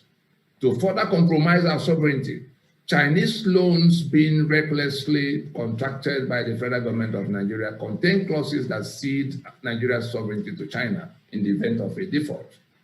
Reckoning aggravations A to G above, the peoples of South and Middle Belt of Nigeria are now in the horrific realization and apprehension that the Fulani-controlled federal government of Nigeria, under the superintendence of the Fulani President, Muhammad Buhari, could actually be behind the well-orchestrated ethnic cleansing campaign being unleashed against the indigenous nationalities of Nigeria by the Fulani invading Nigeria from all sides. In the face of the Sharia embraced by our compatriots in the far north of Nigeria, in a supposedly secular federation, the clear existential threat to the peoples of southern and middle belt Nigeria, represented by the aforementioned jihad-style Fulani militia onslaught, brings a new urgency to the grave constitutional grievance that has been consistently raised by the peoples of the southern and middle belt Nigeria in course of the last 5 decades, bordering on the sovereignties of the constituent components of Nigeria, which has now been completely hijacked, suppressed, and subjugated by the illicit federal government of Nigeria, which has become a suzerain power controlled exclusively by the Fulani. We can see the map that shows what we're talking about. The stretch in yellowish color are the 12 contiguous states of the far north that simultaneously adopted Sharia in year 2000. They are contiguous and they acted simultaneous in year 2000. And then we see the other part, white, the eastern half of southern Nigeria, that's the lower Niger, the western half, and the middle belt, which is the white portion on this map is the alliance territory, rejecting the Sharia and rejecting unitarism and feudalism. We continue. In the face of the Sharia embraced by our compatriots in the far north of Nigeria in a supposedly secular federation, the clear existential threat to the jihad-style Fulani militia onslaught brings a new urgency. Accordingly, being accredited representatives of the indigenous nationalities of Nigeria's southern and middle belt territories, hereinafter called the Alliance territories, constituting over 75% of the population of Nigeria, on behalf of the peoples of the territory, and in invocation of the universal rights appertaining to our sovereignties as indigenous peoples of the stripes of Nigerian territory, including the right to self-determination as enshrined in the United Nations Declaration on the Rights of Indigenous People 2007, as well as the United Nations Charter on Human Rights. Having exhausted every democratic, people-driven process in seeking an orderly redress for the aforementioned grave constitutional grievances emanating from the unilateral imposition of a unitary constitutional order on our supposed federal union by a section of Nigeria that has also imposed Sharia in their own part of our supposed secular union. And now, in circumstances that has become an extraordinary emergency for our people, being confronted by the clear and present danger of extermination in the hands of our supposed compatriots in the Union of Nigeria, who are pursuing an ethnic cleansing campaign against indigenous nationalities of Nigeria, hereby declare a sovereignty dispute with the Federation of Nigeria as represented by the federal government of Nigeria on account of our repudiation and rejection of the imposed 1999 Constitution of Nigeria, whose authorship was fraudulently imputed to us by the preamble to that Constitution in its first claim that we, the people, made, enacted, and gave to ourselves the said 1999 Constitution, with a further lie in that preamble that we had firmly and solemnly resolved to submit our peoples and our lands into the Union of Nigeria.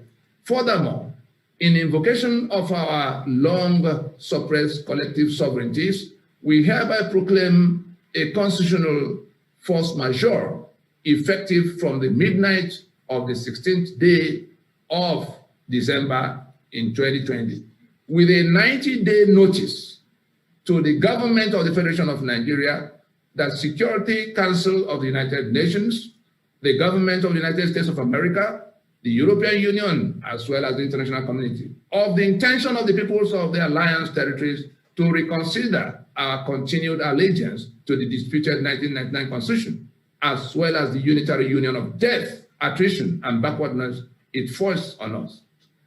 For the sake of peace and to avoid anarchy, it is our demand that in the 90-day period of this notice, the following specific actions must be undertaken by the federal government of Nigeria to firmly set in motion an irreversible process by which the aforementioned grave constitutional grievances will be addressed. A formal announcement by the federal government of Nigeria acknowledging the constitutional grievances and sovereignty dispute now declared by the peoples of South and Middle Belt of Nigeria.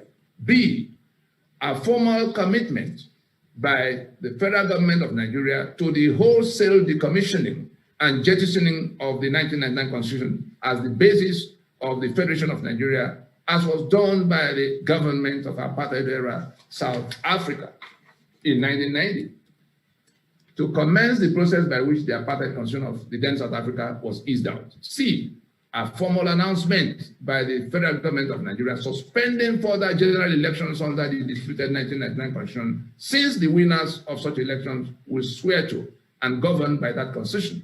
D, a formal initiation of a time-bound transitioning process to midwife the emergence of fresh constitutional protocols by a two-stage process in which the constituent regional blocks will, at the first stage, distill and ratify their various constitutions by referendum and plebiscite, and in the second stage, negotiate the terms of federating afresh as may be dictated by the outcomes of referendum and plebiscites.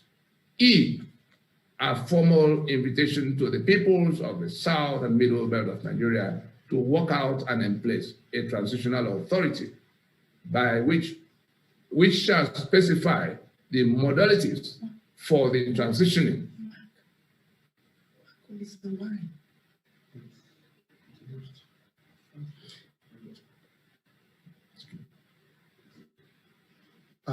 Mark Olise, please could you unshare your screen? And the host, please, could you make sure that no one else has the access to share screen for the duration, except us here, please. Thank you. I take the last one again. E, a formal invitation to the peoples of the South and Middle Belt of Nigeria to work out and in place a transitional authority which shall specify the modalities for the transitioning process, including the composition and mandate of the transitional authority, as well as the time frame for the transitioning over and other ancillary matters, just like South Africa did with apartheid in 1990. By this proclamation, let it be known to all, including the international money lenders, that Nigeria is now a disputed project, and that while the constituent components commit to honoring existing international debt obligations, we caution that whatever obligations may arise from any foreign loans contracted by the federal government of Nigeria from the date of this proclamation may come into controversy. Similarly, all loans contracted by the federal government of Nigeria containing any clause that may cede the sovereignty of Nigeria to any part thereof in the event of a repayment default shall be disputed as illicit and in breach of the sovereignty of the federating units. We also invite politicians from the alliance territories and other political parties and all political parties operating in the alliance territory to take notice that the 1999 constitution by which the winner of any national elections in Nigeria will swear and govern is the very object of the sovereignty dispute we have just proclaimed, with a demand that further national elections premised upon the repudiated constitution be deferred forthwith for the purpose of first reworking the damaged constitutional basis of Nigeria. It is therefore our expectation that you will stand with your people, that's the politicians and the political parties, will stand with the people you claim or seek to serve as politicians or political parties in their current resolve to wind up the operation of the 1999 Constitution and extinguish the source of their misery. If instead of standing with your people, you choose to go to another round of general elections in 2023 under that 1999 Constitution, it will simply mean that you are a part of the enemy-imposed mechanism for inflicting death, misery, impoverishment upon your own people for no other reason than personal gain. The signatories to this proclamation commit themselves to providing a detailed proposition for undertaking the fundamental reconfiguration of the damaged constitutional basis of Nigeria. In this regard, the signatories adopt and incorporate the MNN Alliance's November 16, 2018 open memorandum to President Muhammadu Buhari on the restructuring debate, reported in Guardian newspaper of November 18, 2018, as an outline of our prescriptions, issued this day, this 16th day of December, year 2020. I thank you for your audience. Okay, this demands an incredible round of applause. Everybody, just wherever you are, even though your mic is muted, this is history. This is what we have been waiting for. This is history. Wonderful. It's not going to be the same again from today. It's not going to be today or the same again from today. In the alliance territory have done today, what all of us have done is basically look 100-year-old monster, 100-year-old monster in the face and say, go to hell, go to hell. Yes, we've looked fear in the face and say, no more. We fear no more. It shall never be the same again from here. All right, so what we're going to take right now, we're going to take comments and then questions from the media. Questions from the media first.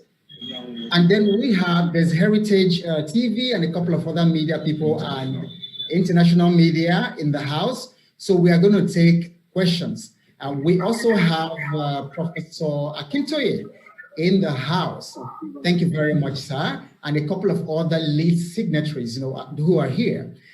So for the journalists in the room who have questions, what you could do is you raise your hand and or you type it in the chat. But if you raise your hand, the host can unmute you and then you speak. Otherwise, just go ahead and type your questions in the chat, and then we will have your questions taken. Yes, so one already says, can we please share a soft copy of the declaration so that we can circulate it to Nigerians all over the world? Yes, with this proclamation, the soft copy is being released right now to all the media houses in Nigeria, internationally, and social media, and everyone on this call. We are also going to upload it before this call goes, and you can download it, right there from Zoom. Yes. Okay, so questions? Yes, we have been waiting for this day all our lives. Yes, I see that coming from Justice for All. Yes, Tunde Obo. This is the people taking over their land. And then in the chat I hear, I am dancing. Yes, this is a day to dance. Okay, so we're still waiting for questions or comments from the media first. So we're looking at the chat, so questions from the media first, and then we take from the rest of the house. Comments? Okay, and while we are waiting for the media and their questions, we would also like to invite Professor Akintoye in the house to please unmute yourself and address the people. We thank you very much, Prof, for all the efforts that you made to make sure that everything goes well. But so here is technology. In spite of all your best effort, it didn't happen, but we're so honored that you are here in the room. So Professor Akintoye, please unmute your mic and then address the house. Thank you very much. Okay, and then the host can share Professor Akintoye's screen. Prof, you're still looking for Professor Akintoye. Yeah. Prof is there. Prof, you're muted. No, Prof, can you hear us?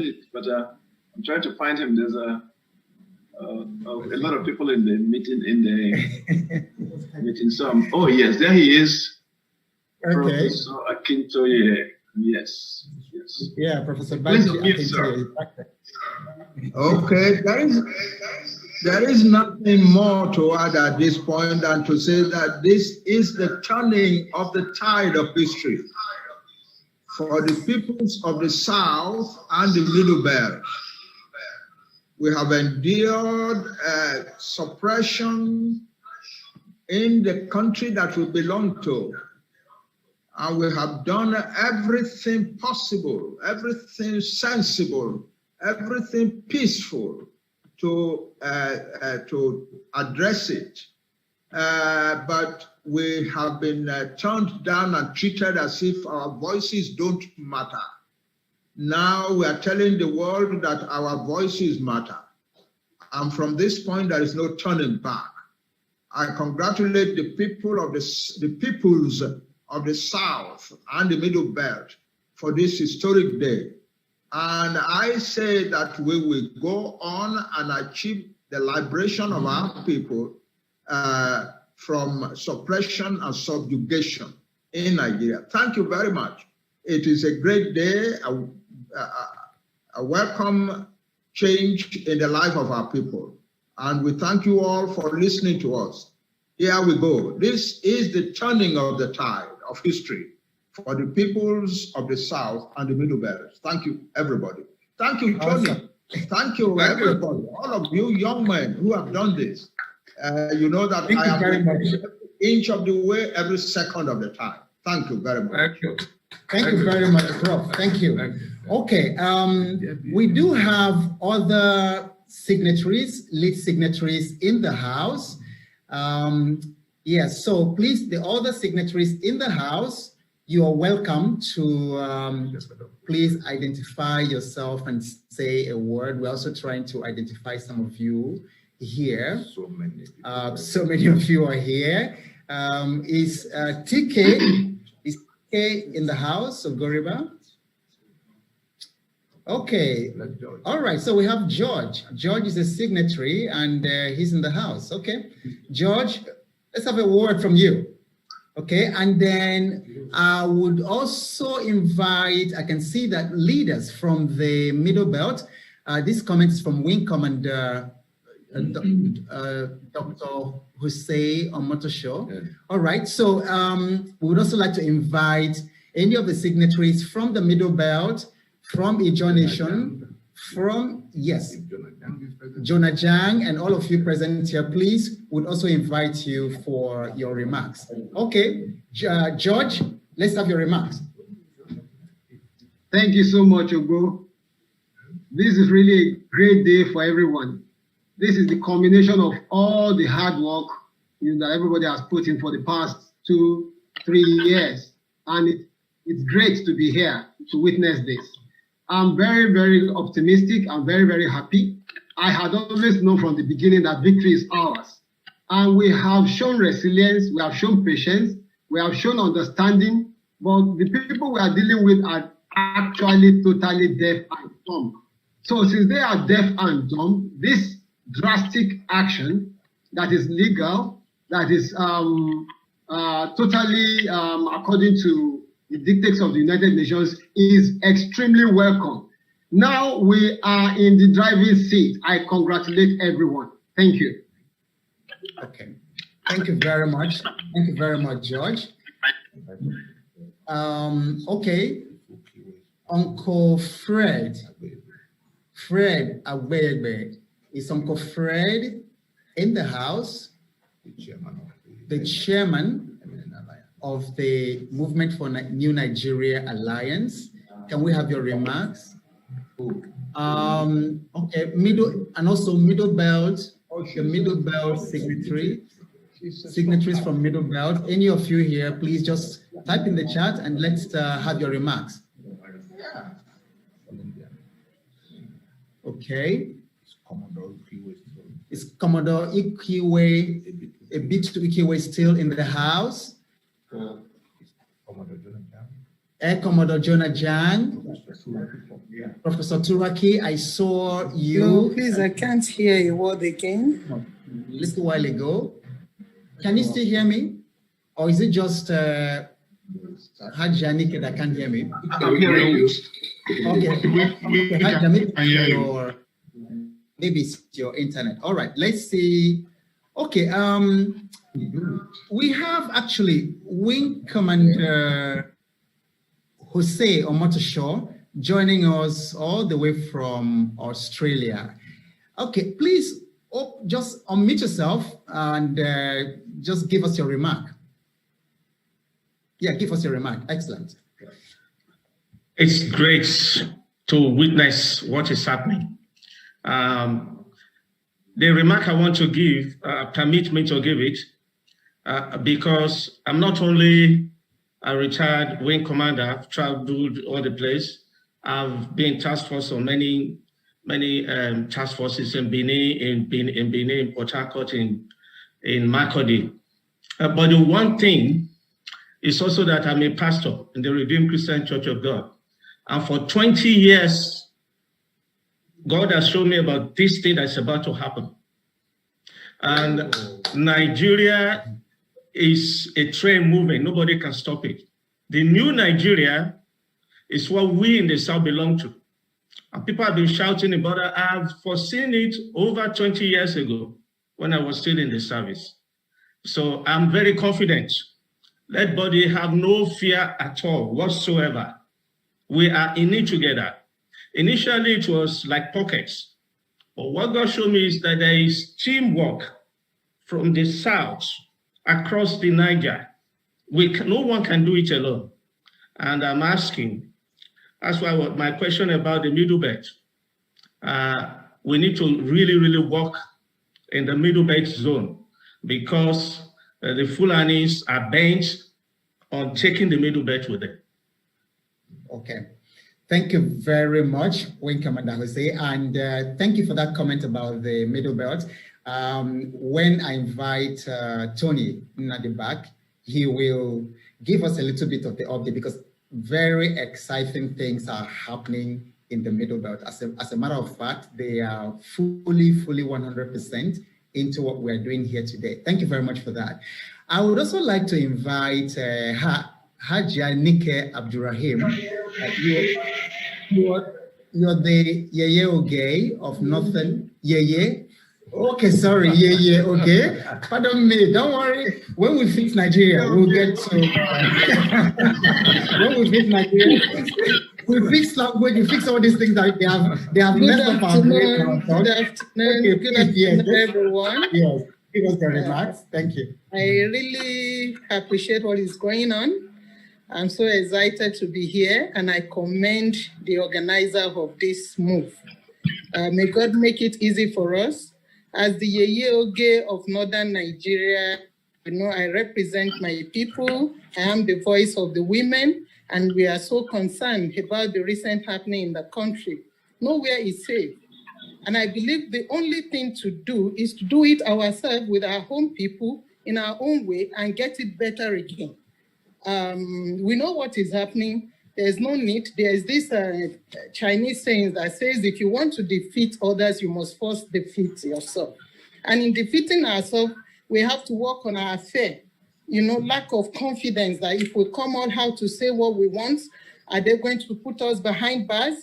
If they don't put Nelson Mandela behind bars, a lot of good things won't happen in this country. So we should defeat that and then move ahead according to plan and work together as a team to achieve this feat. And I believe we are going to, do great.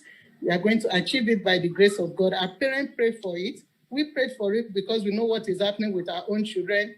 Nothing is working in this country called Nigeria anymore. So whatever is going to take, if it has to be to segregate, then let's do it without fear. Please, count me in on this. Thank you so much. Awesome. So thank you very much indeed. As the former president of the United States said in moments like this, he said that there's nothing to fear but fear itself. And what we've just done today is defeat fear because there was nothing for us other than fear. So thank you for that very excellent comment. And if he says today is the turning point, power must go back to the people. Ray Chukwemeka says, throughout the night, I saw myself participating in this historic event. I am most grateful to God for allowing me to see this day. All right, do we still have any other late signatory in the house? Would like you to...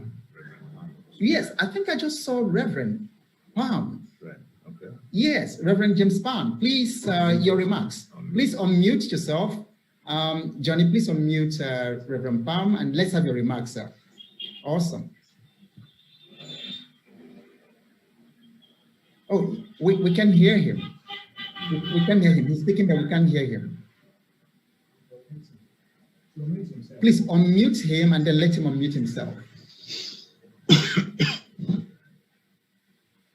Okay, Reverend Palm, can you go ahead? Okay, we're still having some audio challenge with Reverend Palm, who also happens to be one of the lead signatories from the Middle Belt. Okay, all right. Oh, you can hear, I see a thumbs up. Mike is here. Okay. Can you all hear Reverend Palm? Reverend Palm is speaking, but we can't hear him from here. Or is it just us? Okay. All right. We also have Mike. Mike, can you... We can hear him too. Okay, Mike, can you unmute yourself and give your remarks? I think we also have Mike, who happens to be a signatory as well. Okay, you can hear him as well. Okay, all right, so Tony, why don't you go ahead and take a couple of questions or comments that have already arisen from the media in the chat. One of them was, before we take this ones, somebody, the wing commander, made a comment about the middle belt. Can you give us some update, not just the middle belt, but the other parts of the alliance, how everybody, and I know in the past couple of days, you've been traveling all over the whole place and engaging. Give our people a sense of the level of deep engagement that, because it's easy to think that it's just people on this call, you know, and maybe a few other people. Just give us some idea about the deep engagement with the people, the owners of the land that has happened in the past couple of days. Right. What we see today is the culmination of a 21-year journey that began right in 1999. So let's mute ourselves and hear ourselves. Dikirulahi, please mute yourself. We can hear you. Dikirulahi, please mute yourself. Thank you. So, as it were, the event we see today is the culmination of a 21-year process that began right from the point the 1999 Constitution was introduced.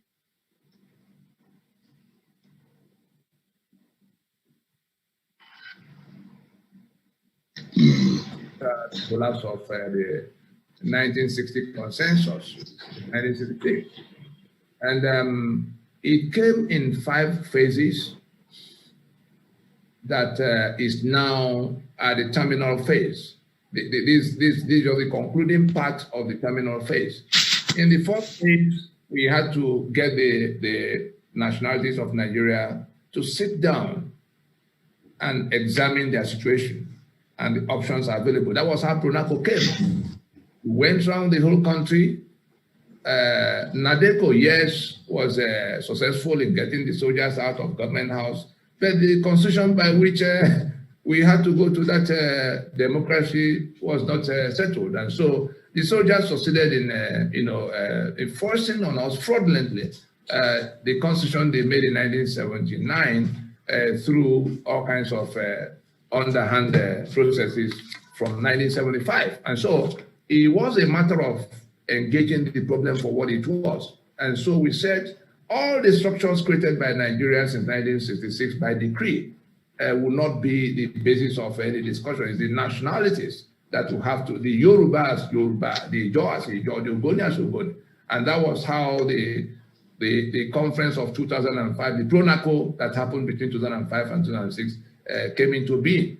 We will recall that at the time we were going around the country to, invite people into these nationalities. It took 3-4 years of intensive, engagement with the nationalities.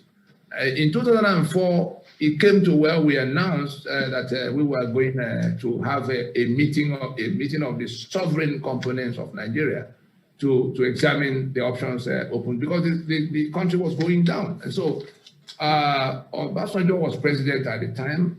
What did he do? He went on national broadcast to say that we were committing treason if we called a meeting of the owners of Nigeria. Well, that challenge simply drew out more people in support of what we were doing, and it came to where he had to change his own, in an attempt to get ahead of the initiative. That was how Obasanjo set up the McCarthy Committee in December of 2004 to work out what became the 2005 conference. Well, our quarrel with all of what they were doing at the time, for which reason we wanted to do it by ourselves, is that the task of deciding the right and prerogative of deciding the union agreement, which the Constitution is exclusive to the constituents. The sovereign constituents of Nigeria are the only ones who can determine whether they want to be in a union, and if so, on what terms. Those are two separate questions, and that's why you see the constitution starting with the preamble, we the people have solemnly resolved to live together. That's one subject matter. And then the other one is making and giving unto ourselves a constitution. That's another subject matter, like the memo and articles of a company. Now, yes, we discussed all the way to 1960, from the time the British were planning to leave. But that agreement, union agreement that was reached in Lancaster House, that Nigeria shall be a federation of autonomous regions that will have control and ownership over their assets, contributing for the upkeep of the center, and generally, a secular union. These were fundamentals. And to tell us how far we have departed from those fundamentals, from the time we abandoned what we agreed in 1966, it will be recalled that these killings happen in the Middle Belt today over, from elements that seem bent on a jihad. The Willings Commission, as at the time independence was being negotiated, quite apart from the question of being a federal union and being a secular union, Ahmadu Bello, who was a leader of the northern region of the time, wanted Sharia, for northern regions, and so it was a matter of fundamental compromise for the Sharia to be removed, because the Middle Belt, Joseph Tucker and others who didn't feel that the people of Middle Belt could become part of that north that would be governed by Sharia. So the Willings Commission did draw up a compromise in which Sharia was removed and a penal code in place as the basis of Middle Belt that could have been a region of its own at the time, becoming a part of Nigeria. And so when in year 2000 that fundamental compromise was toppled and Sharia imposed, it simply amounted to a secession from the secular union.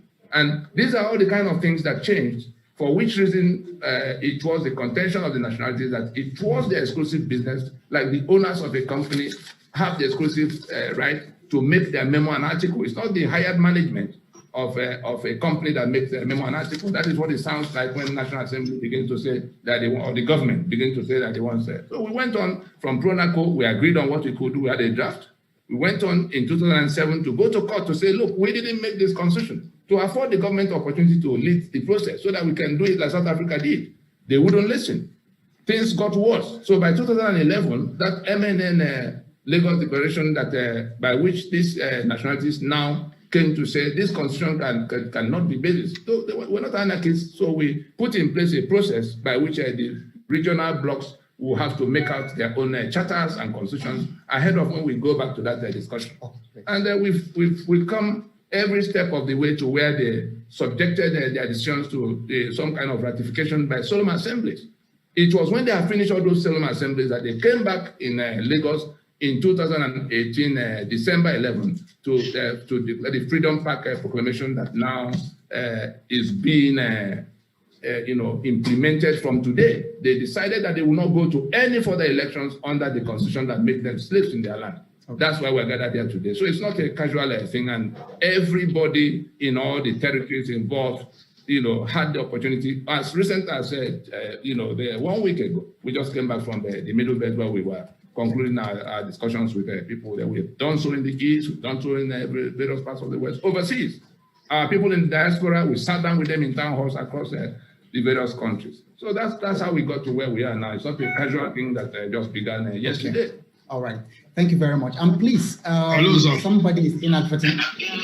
Somebody is inadvertently sharing their screen. Okay. What's the problem? More online. Please mute your microphone, please. There's no point in doing that. It's very rude to do that. Mute your microphone. You're not admitted to speak. Please mute your microphone until you are admitted to speak. And host, please, I don't know who is sharing a white screen. Could you please keep people from sharing? Someone is sharing a white screen. I think it's James Palm. James Palm, please unshare. Okay, thank you very much. Please. Okay. That was a bit distracting, so I wasn't sure. Okay, so well, thank you very much, Tony. The summary is there's a lot of engagement. This is not a casual thing, like Tony just said. There's a lot of engagement, with the people. And this is a movement whose time has come. So we want to take a few questions. One is, and I think one pertinent question here for everybody is people want to know, what is the next line of action after this declaration? What is expected of us as citizens? What next? Just very briefly, give us succinctly. And before Tony answers, I think that Johnny just confirmed, if people put in their mails, because I would like everybody on the call right now to get the text immediately. So if people put in their emails in the chat, Johnny, can you save them? Can you extract the emails, and so we can send out immediately? We can send out the text.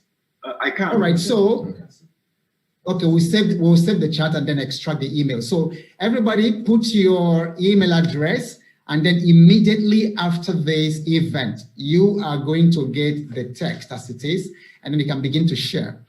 Ademola Akintoye says, Engineer Akintoye says, with the indigenous nations within the fraudulent determined confines known as Nigeria in the South and Middle Belt must all now fully cooperate in all possible facets of human life, security, economy, policy, etc., to establish our sovereign will. All right, very good, excellent message, and that is why we are here today. So briefly, what next? Right. Before I go to that, before I go to the what next, Professor Akintoye and the rest of the leadership of the alliance.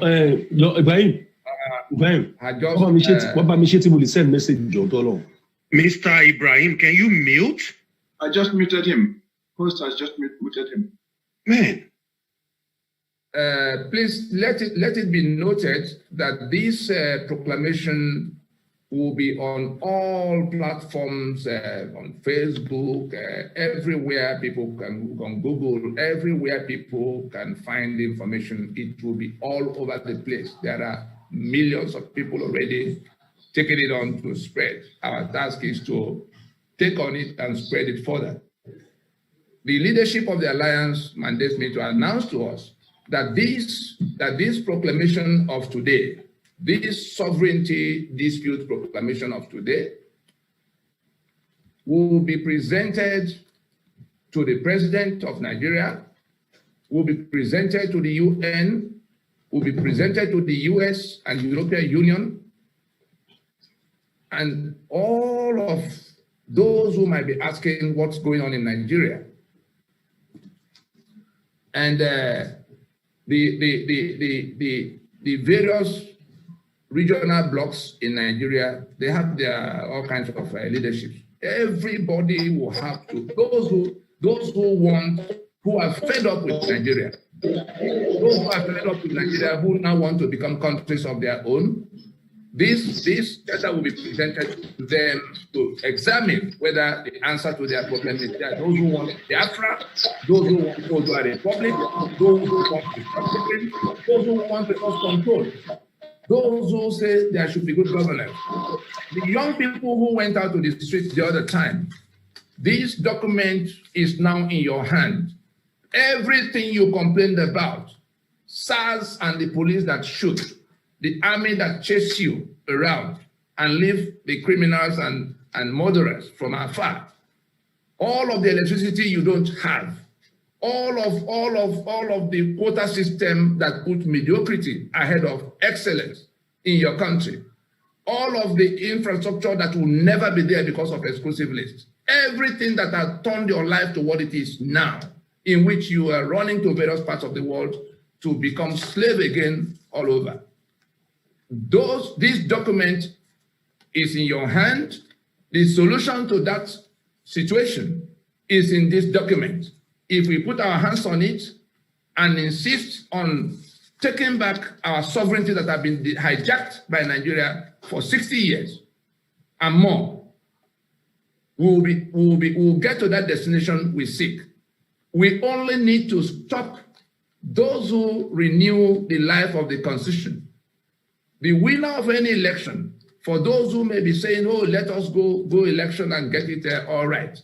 The winner of any election will have to govern by the 1999 Constitution, which creates all these situations, like apartheid constitution. It's worse than apartheid.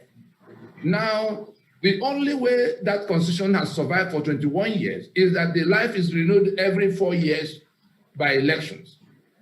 Luckily for us, only political parties contest elections. And what happens is that because of what they get from going to contest the election, the senators, the governors, we know what they take home. The governors take billions every month. The senators take 50, 60 million, House members, everybody, managing Nigeria under this constitution that breeds corruption and protects the beneficiaries of corruption comprehensively beyond our reach. The only reason they want the constitution to remain the way it is, even in the midst of all our consensus, is because of that personal gain. And so it is within our reach, the rest of us, to insist that the political parties must close shop at this time. That's the only task left.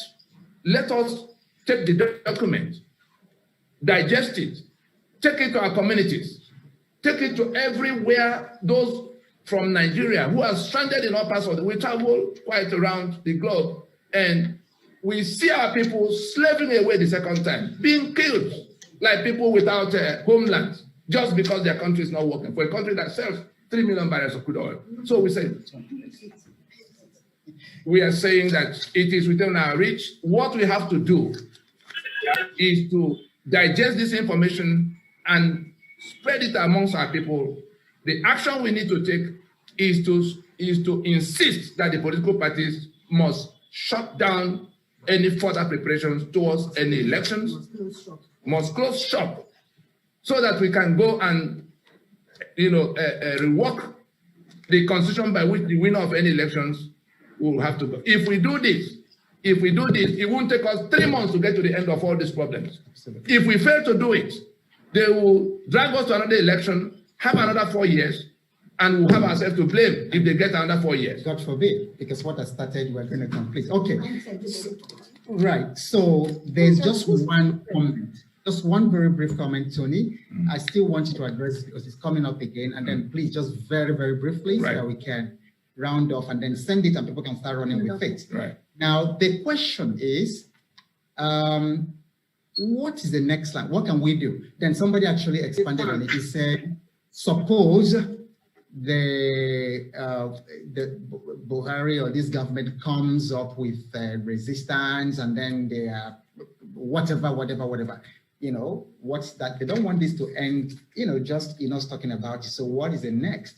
The right to self-determination is inalienable, according to the UN instrument on the subject. The remedy available to Nigerians today in all of what they are suffering is in self-determination. The constitution we have on the table today was imposed in negation of our self-determination. Okay. And what we need to do right now is to insist that this constitution cannot be basis of the union going further, and therefore anybody discussing the election in your neighborhood is telling you, I want you to remain the slave you are. I want you to be available to be killed. I want you to operate without electricity. I want mediocrity to continue to rule over your excellence. And so it is within our reach to just face those political parties and tell them, this far, no more. To close shop. We don't need to go to any far place in all the street corners where they operate. The only reason they are there is that they are planning to take their turn in this robbery enterprise that Nigeria has become under this constitution. Nigeria has become a criminal enterprise. All right, so I want to thank you very much, Tony. One last item. All of those who may wish to be a part of this, from this evening, I will open an online petition in which everybody can become signatory to this document by just clicking in their names on that online petition. And there's a website already deployed to receive everybody who may want to know what's going on and want to participate. That website is called freedomfromnigeria.com. www.freedomfromnigeria.com. So the actions will include signing up to that petition, because we already have about 20 million people whose signatures are being processed for the UN, so that the whole world can see that we are together in making this demand. Let it also be noted that we are not anarchists. Our quarrel is not with the government. We are not asking them to leave government house. The 5 points of demand center around a plan for transitioning, an orderly transitioning away from the constitution of death towards the constitution of life, as we may determine in our sovereignty, in our right to self-determination. And therefore, just like South Africa did, before somebody comes saying that we want to come and take over, we are not interested. No, anybody who is interested in going to government house under this constitution is a criminal that his own people should try to stop from going to sell him to the enemy that wants to keep everybody in bondage. And so it is a matter of asking that we go the option Frederick de Klerk adopted for apartheid South Africa in 1990, to agree that we have not made a constitution, to agree that the one that is imposed is not working. Luckily, the National Assembly a few weeks ago owned up to the reality that the question of constitution making is beyond their powers. If the Vice President of Nigeria in late September raised an alarm that the walls of Nigeria are cracked, we went on 2 days after to tell the country that those cracks are coming from the damaged constitutional basis. We are all trapped in that house. If we do not take this action when we can, that house will deteriorate progressively to when it falls on our head. And remember that the UN rapporteur that came in 2019, September, did turn in a report that the constitutional arrangement is like pressure cooker for injustice, and that it has become a danger to the global community. 200 million people that will be seeking refuge if Nigeria, erupts. We are in a position to stop that. It is within our reach to solve this problem, and we can put our hands to it and deliver an outcome in a matter of months. Okay. All right. So I really want to thank every one of you, all the lead signatories to this proclamation today, and everyone who's been here. Again, if you haven't put your email on the chat, please do that, so that immediately after this, I'll show you that within 10 minutes after we end this proclamation, you are going to get the PDF copy of the proclamation. And I want to thank all of you who have come for this historic event and then who have stayed on, and to let you know that the engagement continues. The Alliance, there are different groups, and Tony is quite accessible. I've also seen Daughters of the Truth here, and a couple of other people. I've seen Heritage Television there. They have a YouTube channel that's got a lot, hours and hours of dozens of hours of materials that Tony has put up there with Heritage Television. So you can also check them on YouTube and check their website.